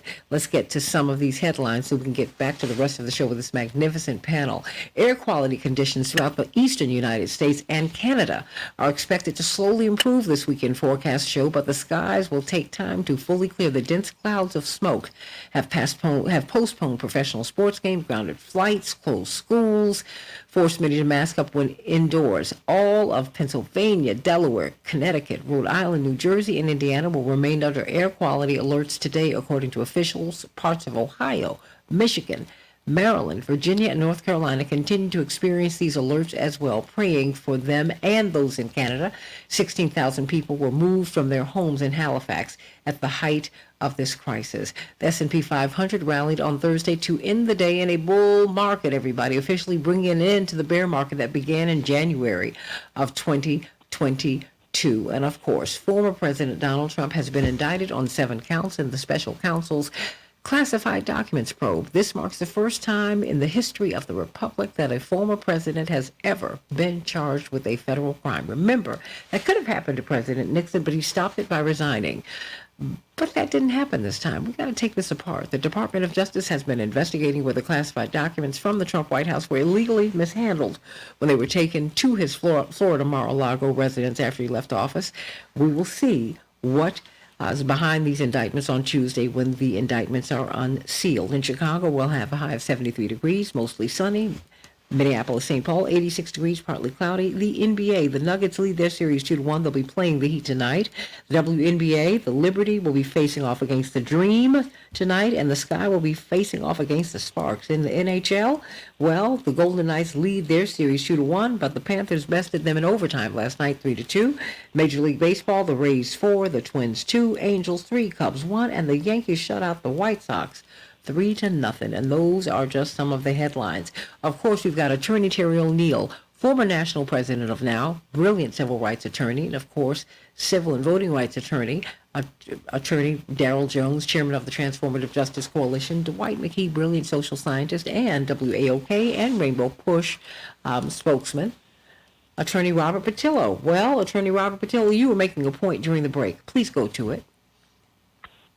Well, I think as much as people have talked about the political aspects of this, they have to also look at the fact that this is indeed a indictment from the Department of Justice's special counsel. And as I said, normally the feds don't indict you unless they know already they have enough evidence, particularly in high-profile cases, to secure a conviction. They basically are telling you you're going to jail when they send you the indictment. And I think that people have to really seriously look at the fact that President Trump is a 76-year-old man who ostensibly, is a workout warrior and in the best shape. What a prison term for President Trump could look like. And the fact that in any other case, this will result in a plea deal. But I don't know if President Trump's pride and hubris and his political brand would allow him to do so. President Trump is legitimately looking at jail time in this case. This is not like the Alvin Bragg case. This is not like the Stormy Daniels case. It's not like the E. Eugene Carroll case. President Trump could potentially spend the remainder of his natural life in prison if he is not pardoned by another president, or if he's not able to secure an acquittal in this case. Also, even if he is pardoned in the federal case, in that Georgia case that's coming up, that is a state-level prosecution, and therefore even the next president of the United States would not have the power to pardon him if he's convicted in that case also. And he would be depending on Brian Kemp, the same Republican governor that he ran David Perdue against to try to take him out of office, that he's called every name in the book that he campaigned actively against. There will be Brian Kemp on that state-level prosecution determining whether or not President Trump was pardoned or spent the remainder of his natural life in a South Georgia minimum security prison. So when we talk about the politics of it, we can't forget the legal aspect that President Trump, as an older man who's been privy to the finest things his entire life, potentially because it's been his golden years in a behind bars in a minimum security prison somewhere in the United States of America. I mean, it's a workout warrior. You've knocked people out. Robert Williams, namely, with that one. But wow, Terry O'Neill. The political fallout, because we have to look at these in political terms. Look at this indictment. Look at all of these, just all of this stuff. We have to look at them through a political lens, too, shouldn't we? I mean, I'm not a lawyer, as most of the panel are. So I look at things, really primarily, my baseline is politics. So what do you think here? Yeah, Santita, it was really interesting. I saw a headline early this morning that said something like 2/3 of Trump's supporters say that the indictment will not change their support for him. I think that's bad for Trump. That means that fully 1/3 of his supporters are not saying they're going to stick with him in light of this indictment. Be that as it may, I always say, don't just look at the voters, look at the funders. Who is funding Donald Trump's campaign? And it's not just Donald Trump; it's the entire Republican Party. But the frankly, billionaires and corporations want lower taxes and less regulation, and lower taxes and less regulation, and they know that they get more of that with a Republican in the White House. So I think you need to look carefully, not just at what the voters say they're going to do, but who is pouring money into not just the Trump campaign, but the campaign of every single Republican candidate who says they're going to pardon Trump, no matter if he's guilty or not. That they don't care if he's guilty. They're just going to pardon him. Who is funding that? Who wants Republicans in office to lower taxes and drop regulations? I think that's what we have to pay a lot of attention to, because we're losing our democracy, and it's not just the Republican politicians. It's to the corporatists and the billionaires that fund those politicians on both sides. I mean, I'm with you, Terry. I'm feeling that. Yeah. Wait a minute. To whose advantage is it to have Biden in office? Okay. It's worked out, for progressives pretty well. I mean, because we have pushed him. And that's what you're supposed to do in politics. I mean, that's what you're supposed to do. This ain't no love fest, everybody. Right. It's not a date. It's a destination. Okay? So fall in love someplace else. This is not the space to do that. But, this is... I'm just wondering about, now I'm looking at the politics, realpolitik, as they put it, in 2024. I mean, Dwight McKee, this is a political play. And I don't think that it's, yeah, but I don't think we should ignore that. Or another part of that is it is also a cultural, sociological play. Mm-hmm. So you just can't look at who supports Trump. You have to look at the personality and the nature of the people that support Trump. And a lot of his crowd is that military, ultra-patriotic, some of them are quasi-Nazi crowd, who really believes that they're trying to overthrow, that this is an assault on democracy. And they see themselves having a moral obligation to protect America, to protect democracy. They see this, they don't see this how we see this. They don't see this as Trump getting his just due. They see this as the status that the deep state is so afraid of Trump that they are manufacturing charges to get him locked up so he won't be the president. And so in their patriotic duty, they're going to declare war on America. Y'all, you don't believe me now. I tried to tell you this before. It's going to become almost guerrilla warfare if they put this guy in jail. He said that. He ain't just bluffing. He sees the writing on the wall. He reads the letter. And so if they're going to have to, whether they want to or not, pardon him just to keep peace. Well, it would be for some people the same as Lincoln having gotten arrested, or Kennedy have gotten arrested, or if the South would have won the war and arrested Kennedy, you can really assume that the Civil War would not have stopped in 1865. It would have kept going. That is the nature of his crowd. And, that's something Lincoln understood, which is why he fully embraced the South once again. He said, enough. They're our brothers. We've had a fight. Let's end this. Wow. I mean, but you and Dwight, Robert Patillo, have been outliers. I mean, Terry O'Neill and Attorney Jones, you've been here. They said, and we were incredulous, 4 years ago, when Trump, 2.5 years ago, when Trump, if he loses, he's not going to leave office. If he loses, he's going to establish a parallel government. If he loses, he is not going to accept the loss. If he loses, Mar-a-Lago will become the White House of the South. I mean, Robert, what do you think about what Dwight is saying? That this could become, a sociological, cultural game changer. Well, we've already seen that. We're already seeing two parallel realities existing. There's the new Spider-Man Into the Multiverse. We are in a multiverse now where there's one portion of America that looks at this and says, I can't believe the number of crimes this man committed while he was in office and directly out of office. I can't believe he's been found liable for assaulting a woman. I can't believe he's been indicted for paying off a porn star. I can't believe he stole those documents. I hope he's brought to justice so we can finally have this national nightmare behind us. there's another group of people that can look at that exact same information and say, I can't believe the deep state is after this man. After all he tried to do was save America. They brought these porn stars out to lie about him. They brought a woman from 40 years ago out to lie to him.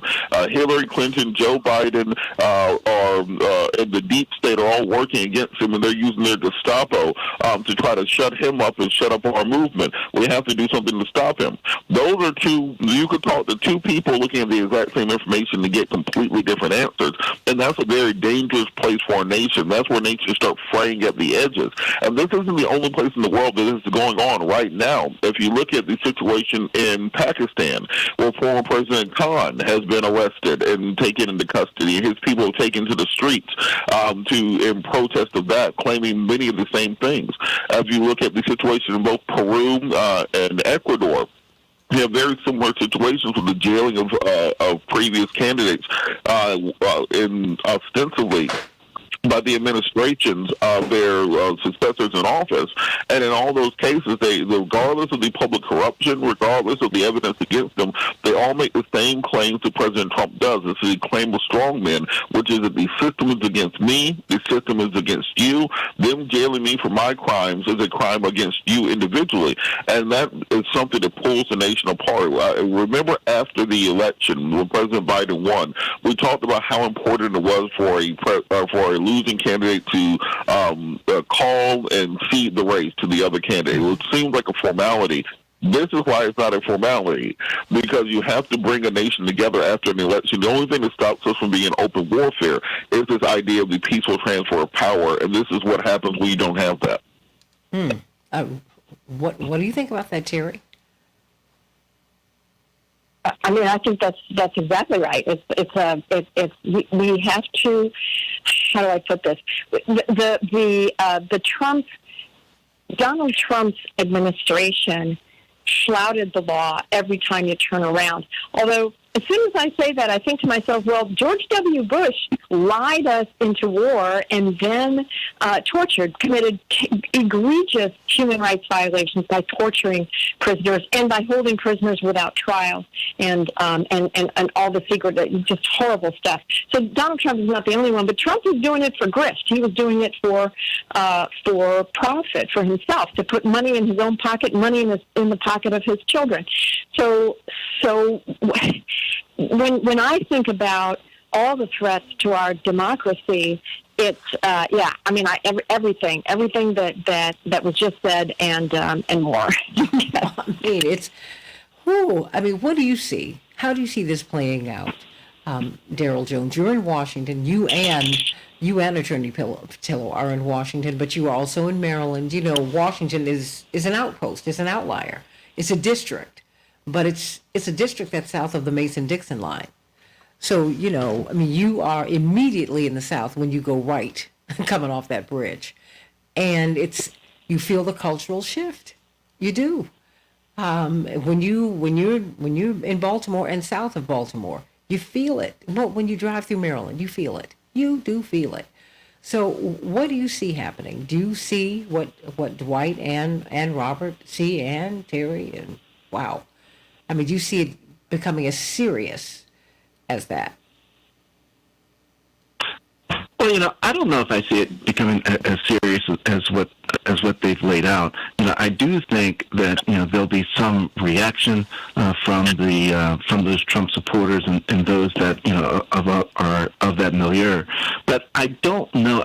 I think that January 6th actually is going to have a tempering response to some of that. The prosecutions, and let me be specific, the prosecutions that resulted from the January 6th revolt, I think will have a tempering effect on what the former president is trying to call to arms for of his supporters. And I wonder at this point in time when we're dealing with the former president now, again, I push him down the road on the primary election, because I don't think that's going to be his focus. His primary focus now is going to be trying to stay out of prison. That's going to be his primary focus. And I think the actions you're going to see coming from him, the statements you're going to see coming from him, are going to be things, because we now know that at least for this federal trial, it's going to be in Florida. And so the question is, how can he now start the process of trying to influence folks that will be sitting on that jury in Florida. And so you're going to see, I think, actions that are taken from him to try to get into some of those jurors' minds that might be supporters of him, raising those doubts, raising those issues, trying to almost go with what we would call like a jury nullification type of thing, that he may have committed a crime, but I don't think he should be convicted of it. That's what I think you're going to see with a lot of the bluster that's going to be coming from him at this point in time. So it's going to be interesting. It was an interesting selection of forums by the prosecutor, by Jack Smith, with regards to where to hold and bring the indictments and to hold the trial. But now it's going to be, I think the actions you're going to see from the former president are going to be ones of jury nullification more so than someone who's actively running for the primary election for the president of the United States. Because as Robert said, if he's convicted, he's probably going to spend some time in jail. I don't know that President Biden would want to pardon him, because he's going to be in the middle of a very tight election, and I don't know he gains anything from it. By pardoning him, I'm not certain he would sway any. I don't know. Sway anybody Calming to down vote the for him citizenry. And just, I'm just jumping in on you, but we've got like 2 minutes left. But I now understand Gerald Ford, even though when he pardoned Nixon, I was a very little girl. But the enemies list. These were. My father and mother and their colleagues in the movement were not President Nixon's favorite people. So I get it. And so when he pardoned him, as through the eyes of a child, I was like, And I believe in extending grace. I do. And my parents said, no, that was the right thing to do, because the country had come apart. I was like, but my parents were also married. They were parents. They know that they were looking at the big picture, and they were also surrounded by our elders, right? And so there's some things, and so I understand Lincoln saying, no, the Southerners, they're our brothers and they're our sisters. And even though it was a Southerner who killed him, at least that's the official story, right? But it's there are so many moving parts, Daryl. So many moving parts here. I want to get, if you don't mind, 30 seconds from everyone, and I mean like a tight 30, because I've got to head out to this break. Daryl, your closing thoughts in 30 seconds. What should we be looking for?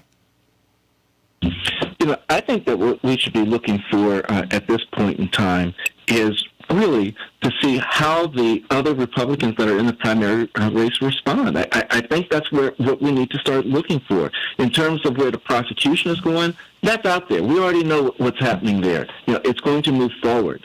And the question now is, will this be a jury trial, and will they try some type of jury nullification and trying to get into the juror's mind to prevent him from being convicted and serving what essentially would be the balance of his life in jail? This marketing master is figuring out all those angles. Roy Cohn's protege, Attorney Terry O'Neill, 30 seconds. Santita, you're just a lot kinder than I am, and so are your parents. I think it was a mistake. I don't think that Gerald Ford should have pardoned Richard Nixon. I very much don't think that President Lincoln or President Andrew Johnson or the subsequent presidents right after the Civil War should have said, yes, let's bring all of these traitors. And let me say, I'm proud to have been born in Texas, and I currently live in the state of Tennessee. of Texas. In the Lone Star Republic of Texas. But these people committed treason against our country. They took up arms against our country when they could have gone a legal route to separate from the United States. There were legal ways to do it. They chose violence. And the reason I think it's not good to say, oh, it's okay now that the war is over, you come back to it only emboldened them. It emboldened them. Look what happened with Jim Crow. I think part of Jim Crow's power came from the fact that no one was willing to stand up to these traitors and these bullies and say, stop. You cannot do this. But they should have done that. And you had presidents who tried. Ulysses Grant tried to do that. So no. I don't believe in toothless love now. Wait a minute. No. That's weak. Dr. King wrote about the strength to love. No. I believe you got to fight. But if you just continue to hit me in my head, I got it. But I know ultimately there is a paper called The Pravda that's going to show who you are to the world by putting pictures of black children who are being mauled by dogs and fired up with hoses. Eventually, I know there's a God factor. Eventually, you're going to pay for not being good to me. That's all right. Yeah.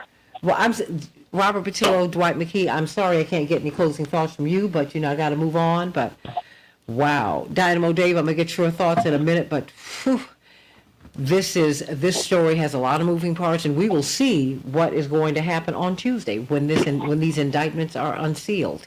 Wow. But coming up, one of the great spiritual teachers of our time, Marianne Williamson, is running for president. She wants a Department of Peace. She wants you to be able to serve in the Peace Department for several years. What about that? What about adjusting to a multipolar world? What about her saying, hey, the great mother doesn't choose sides, so we've got to be fair. What about that? Can't wait to talk with her in just a few minutes on the Santita Jackson Show. God bless you, everybody. Stay right here.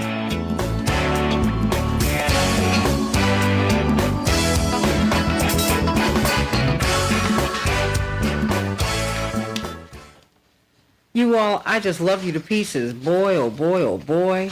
This has been exciting. Ooh. You guys, you all still there, or have you all left? Either way, I'm listening. I'm telling you, this is truly exciting. This is, and when I say exciting, I mean, I'm interested. It's the zeitgeist that I'm most concerned with, Dwight. The spirit of the times. What so much is being revealed now, and I think that is what is so exciting to me. Santita, it's just starting. One writer say, if you think you're lonely now, wait until the night. Wait a minute. Don't forget this. Huh.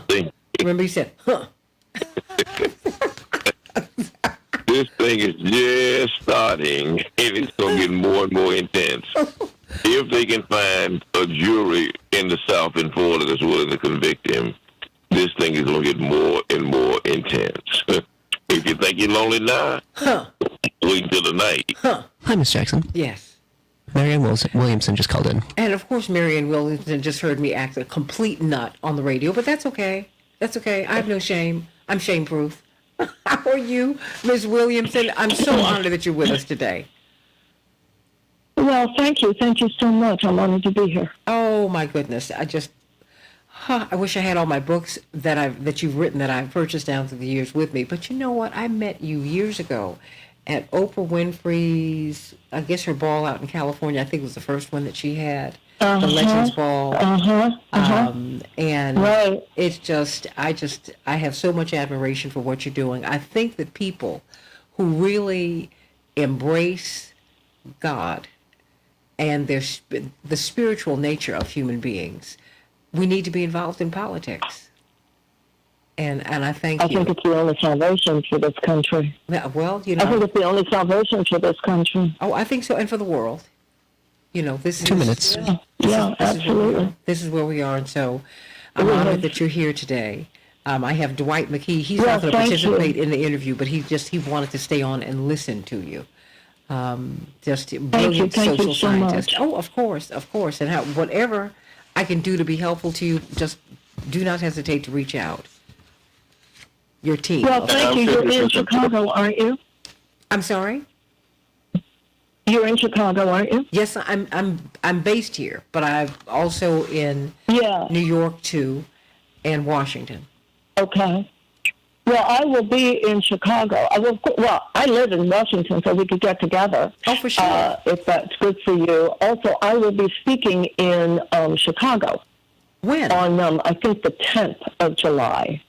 So I'll get that information, and let's make that connection, because I would very much love to connect you with that and with my talk there. Let's do that. Let me see. And we could even announce it to your listeners. Oh, you've got to. Yeah. Yeah, no, come back and 60 seconds. do that. Yeah, I will.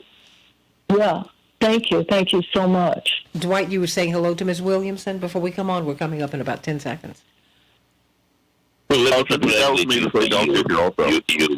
run.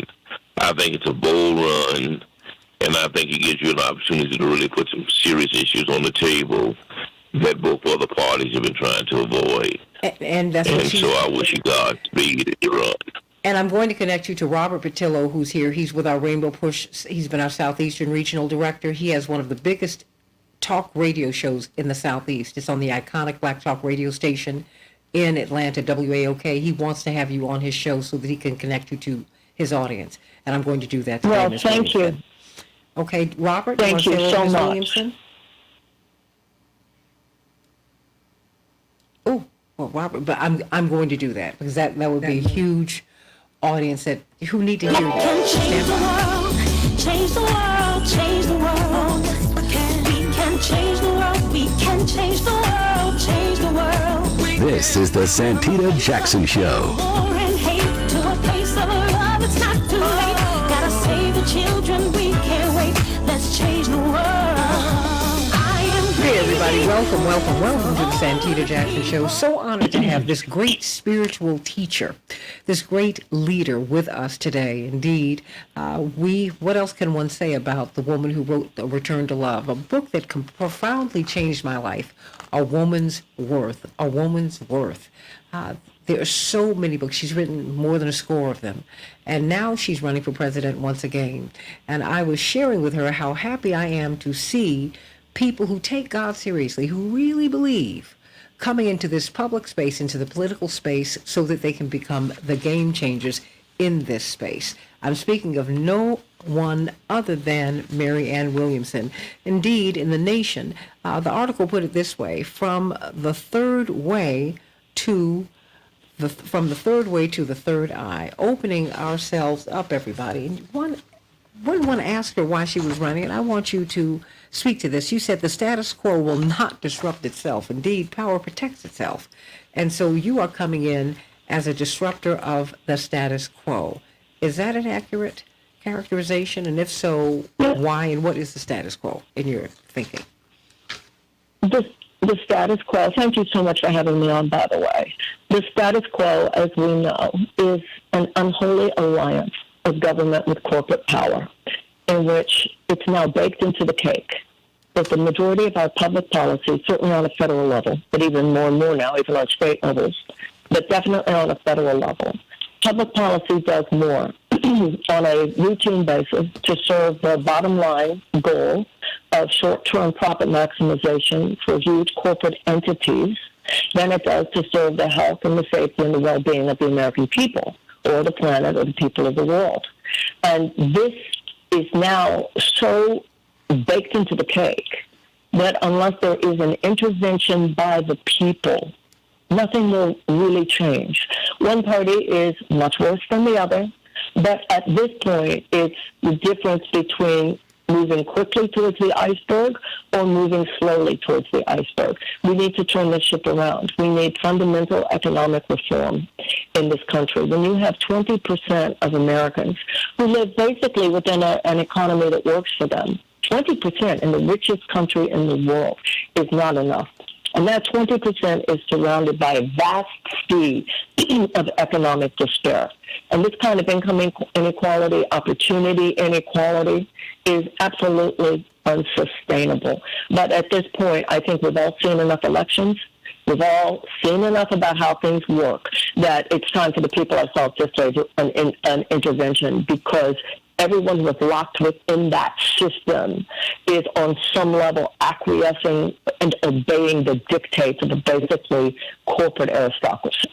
We're talking with Mary Ann Williamson, brilliant presidential candidate. Many of us know her as one of the great spiritual teachers of our age, but she's been a fighter. You know, Dr. King talked about not just being too holy and too your head up, too up in the clouds. I'm paraphrasing right now, to be any earthly good. But, you know, I believe that people of God need to be involved in these discussions about poverty, about hunger. You know, Mary Ann Williams said, my pastor, Reverend Clay Evans, said, I've never seen God make a mouth he could not feed. And that goes to the heart of poverty in America. That goes to the heart of, as you talk about, this corporate takeover that we've seen where they're driving inflation, Ms. Williamson. I mean, and they're unchecked. Well, Absolutely. And they will not check themselves. That's what's become obvious at this point. At this point, first of all, shame on them. At this point, shame on us if we just allow this to continue. You were talking about Martin Luther King before. Martin Luther King has a famous quote about how any religion that purports to care about the soul of a man, but does not address the economic conditions that shackle him and the social conditions that oppress him, is a moribund religion awaiting burial. And we see in America today how many people, in the name of God, seem more concerned with controlling women, more concerned with tax cuts for the very wealthy, more concerned with demonizing immigrants or transgender or whomever is on their hate list for that day, in the name of God. But we know that God shall not be mocked, right? God is not mocked, and it's time for those of us who believe that God is love to stand up to that principle within the public domain as well as in the personal. Well, I see you looking to establish justice in a merciful way.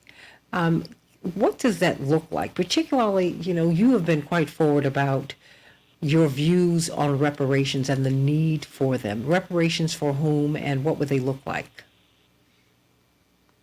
Well, talking about all these spiritual principles, to me, we need an overlay of spiritual principle on our public conversation.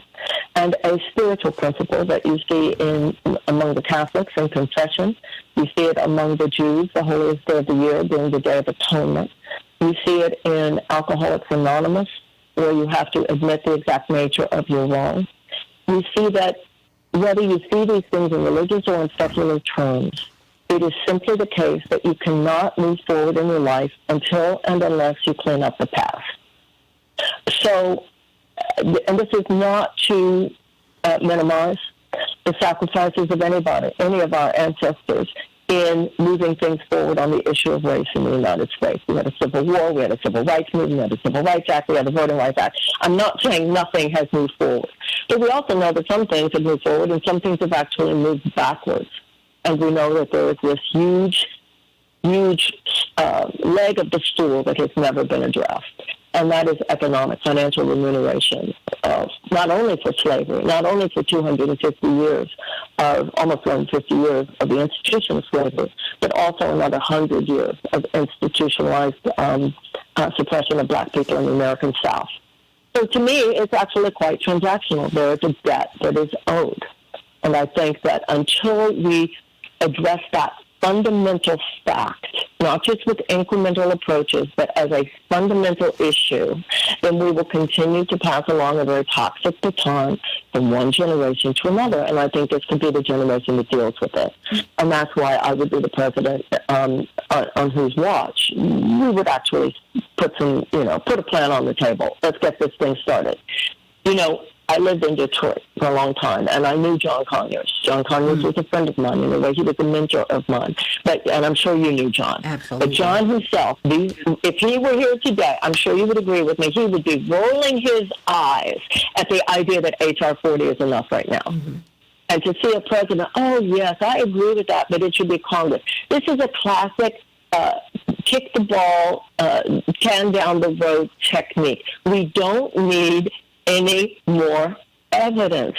We know what happened, and that's why I have a reparations plan, and I think it's time to just get on with one and effectuate it. I think mine is a good one, but it's with any negotiation, it's where you start. Well, but you're right, but I think, you do get pushback because many people say, look, I just got here a generation ago, or I just got here, and why do I need to repair, restore, pay back black people for, it wasn't free labor, it was unpaid labor. It built the country, actually.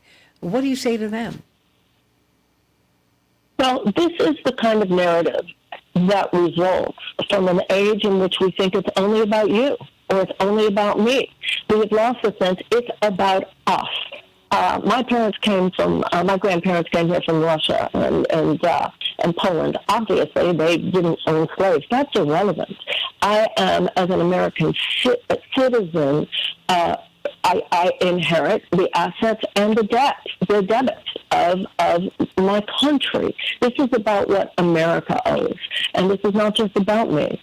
And at a certain point, none of our children will be safe unless all of our children are safe. We have to get over this notion that we can wall ourselves off from the karmic debts that belong to the whole.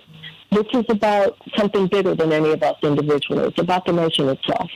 You know, media has changed, and the means of communicating have changed tremendously. Now we don't have to depend upon, say, the largesse of the media to get our messages through. And so to that end, you have started these firelight chats. Now, I'm mindful of fireside chats, but yours are firelight chats. Where did that name come from, and when can we participate? Well, of course, it's an homage to FDR's Fireside Chats. When I read a book, there's an incredible book, actually, called No Ordinary Time, about Franklin and Eleanor Roosevelt. And one of the things I learned from that book, in a way that I had never fully appreciated, and this was true of Lincoln as well, with the Civil War and the emancipation of slavery and all of that, presidents who knew that they could not effectuate the changes they wanted to unless the people themselves were enrolled in that goal. And so presidents would use the bully pulpit, who had actually talked to people. So sometimes people will say to me, well, Marianne, how can I tell people what your campaign stands for? We're not living at a time when you can just say to people, go to my website because it's all there, because people don't necessarily do that these days.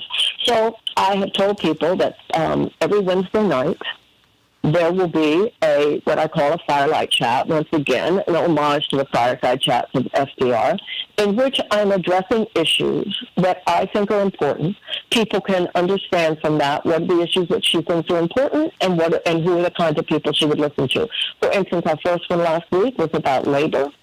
This coming week will be about Israel and Palestine, with a Palestinian-American political analyst named Omar Badar, and the legislative director at J Street, Josh Lockman. I think it's a way for all of us to learn, but also it's a way for people to learn what I stand for as a candidate would stand for as a president. We'll talk about the military budget, we'll talk about the environment, we'll talk about reparations, we'll talk about racial reconciliation, justice issues, and so forth. And then on Sunday nights, on TikTok, we'll do an Ask Me Anything, where I'll just talk about anything people want to talk about. And, it's interesting. A political campaign is one long job interview. You're getting to know the candidate. Who are you? Who is this woman who's running? And what would she do if we gave her this job? And that's what I'm trying to do with the Firelight Chats. And people can find out about that on Marianne 2024 and on all of my social media channels. We're talking with Marianne Williamson, presidential candidate. Yes, that Marianne Williamson. She's got some brilliant ideas. I've first heard you and Dennis Kucinich put forth a Department of Peace. A real program in which people are trained in peacemaking. Please explain that. I mean, because you said, okay, as we serve in the military, you need to serve, in a Department of Peace. I mean, we need to, that's something that is so foreign to our thinking, but it shouldn't be. That's absolutely right. We have a military academy. We should also have a peace academy. At a military academy, you get educated, and you get educated in the skills of the war. And then if your country needs you, those skills are put to use on the battlefield. A peace academy works in much the same way. You learn the skills of peace building. A lot of people don't realize that peace building is an actual expertise. There are 4 factors which, if present in any situation, it could be a corner of the United States or it could be another corner of the world. If these factors are present, statistically, there will be a higher incidence of peace and a lower incidence of violence. Those factors are, number 1, greater economic opportunities for women, greater educational opportunities for children, reduction of violence against women, and a reduction of human suffering, unnecessary human suffering.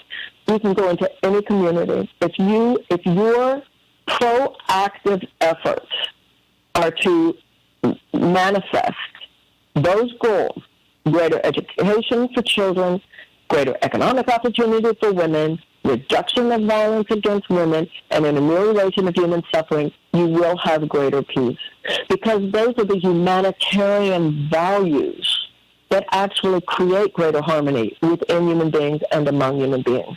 So if you look, let's look at the U.S. military budget. Okay, the U.S. military budget is something like $848 billion now.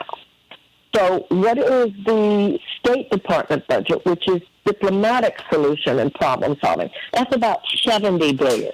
Look at that disparity between the State Department, the diplomatic efforts at creating the world we want, versus the military. And we know how much of our military budget is based on constant reports that are coming out now about price gouging from defense contractors, the undue influence of what's called the military-industrial complex on our foreign policy.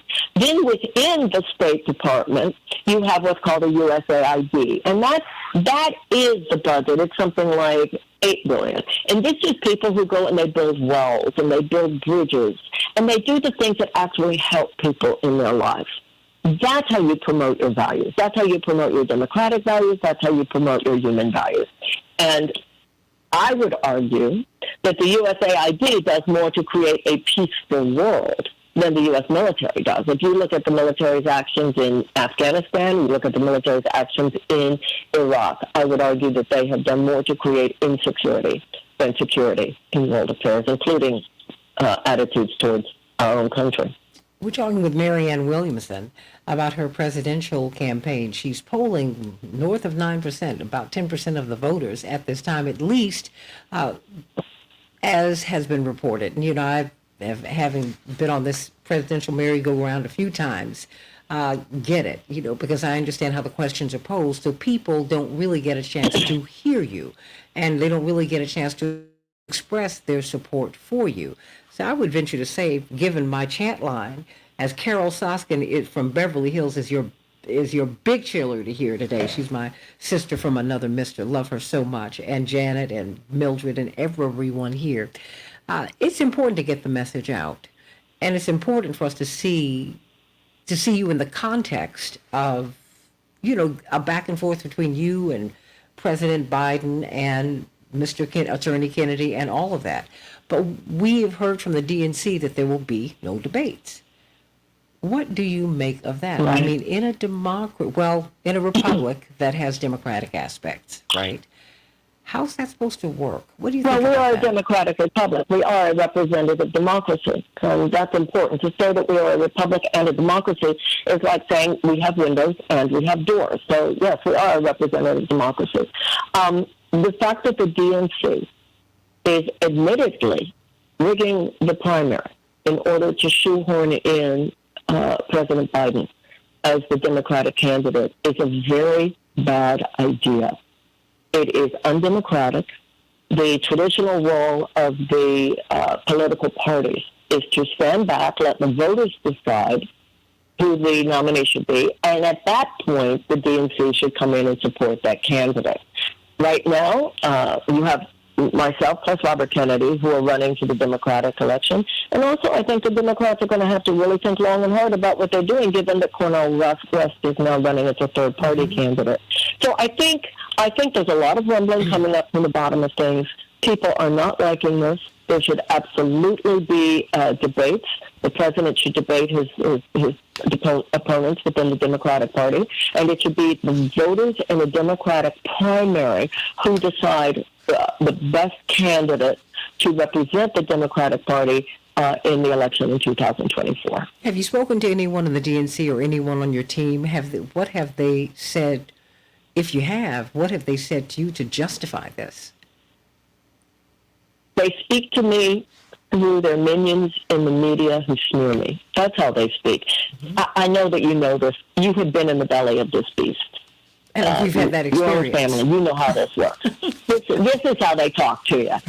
You pick up the newspaper and there's some article, or the press secretary is mocking me, or the women on The View. That's how they speak to you. And you know that, and I think most of your listeners probably get that as well. Yeah, I mean, they're not playing. No, they're not. I mean, and as the Lord would have it, Bob Beckel, may he rest in peace, I ended up working with him at Fox News. And he started telling me about a lot of the stories because he was detailed to handle Reverend Jackson in 84. And he said, I just thought Reverend was the most arrogant, entitled. And I love Bob to death. God rest his soul. And I said, no. I said, he was not arrogant. He was not entitled. I said, I don't think you're accustomed to dealing with a man, a black man, who has a sense of entitlement. I don't think that you are accustomed to a black man who does not feel that he should live in subjugation to you. Oh, yes, I said this. And I feel the same way about you. You are unapologetically who you are. And you are unapologetically, even when people giggle or shift uncomfortably in their seats and you talk about peace, as not just a possibility, but as our new baseline, you don't move. You stay on your principles.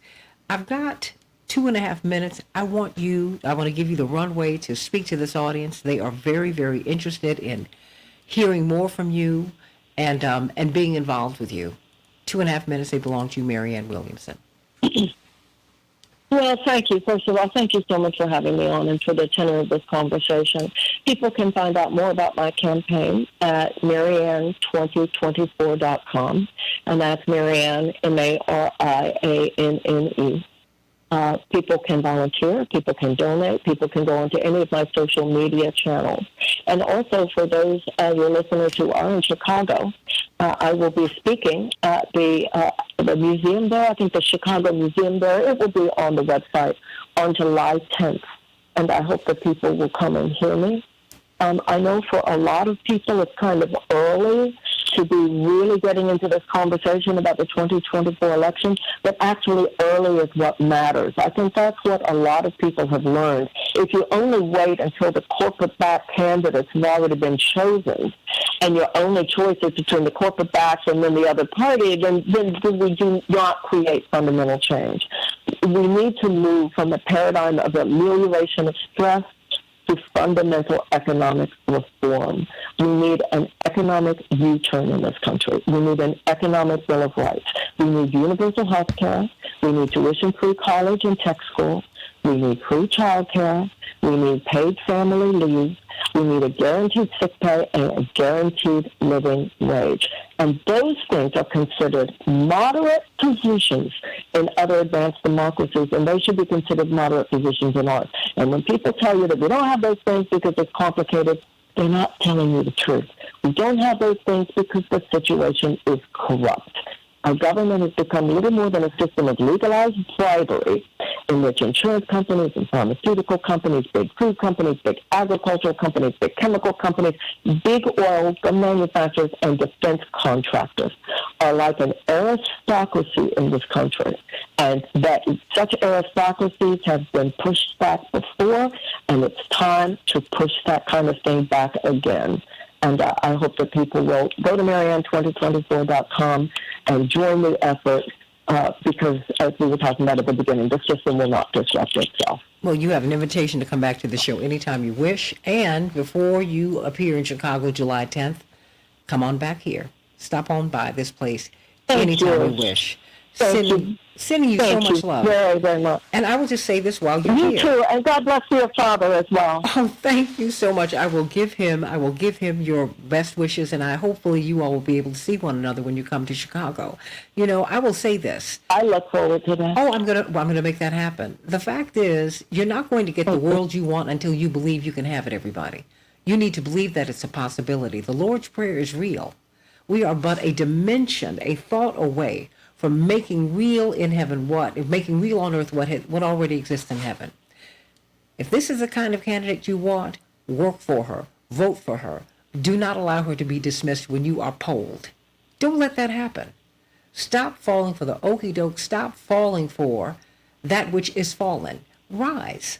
Let's rise in love, and let's rise this nation. Let's raise it up. Let's raise up the world. We can do it. We can change the world. I love you, everybody. God bless you. I'll see you on Keep Hope Alive with Reverend Jesse Jackson. And indeed, keep hope alive. Keep it alive. Keep it alive. July 15th through the 19th, the Rainbow Horse Convention. I love you, everybody. Have a great, great, great day.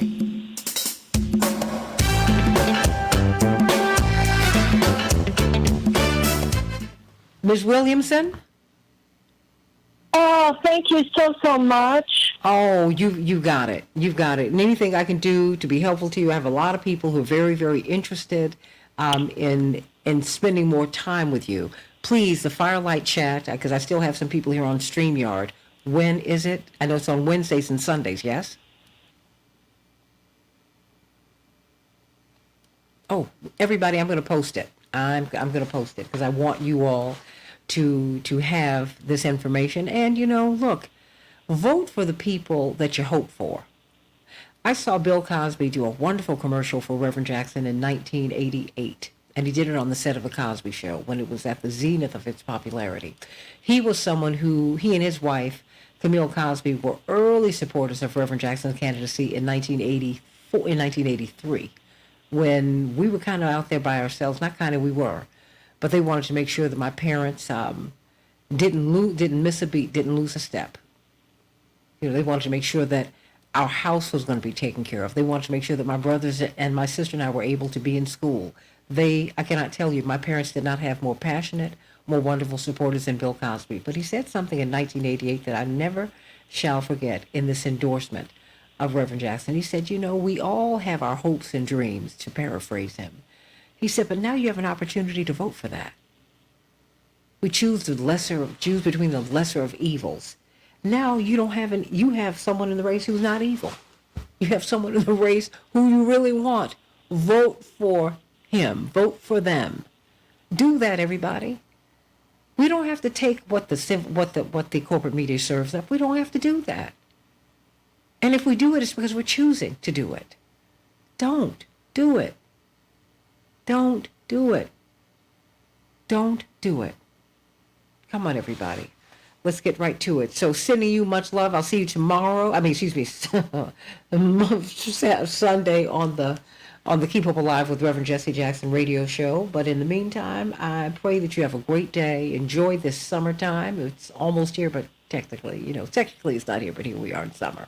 I love you, everybody. God bless you. Hope that you enjoyed the interview. Please go to Mary Ann 2024, MARIANNET 2024. Please go on, and I'm going to connect her to Robert Patillo so that she can be exposed to his audience and they can be exposed to her. I plan to help these candidates, Cornel West, Robert Kennedy, these people who everybody tells you aren't going to make it. I'm going to do it because they make sense. Going to do that. And I'm going to stay right there on that. I love you, everybody. God bless you. Got to go get my hair done. Love you. Have a great one, everybody. Love you so much. God bless.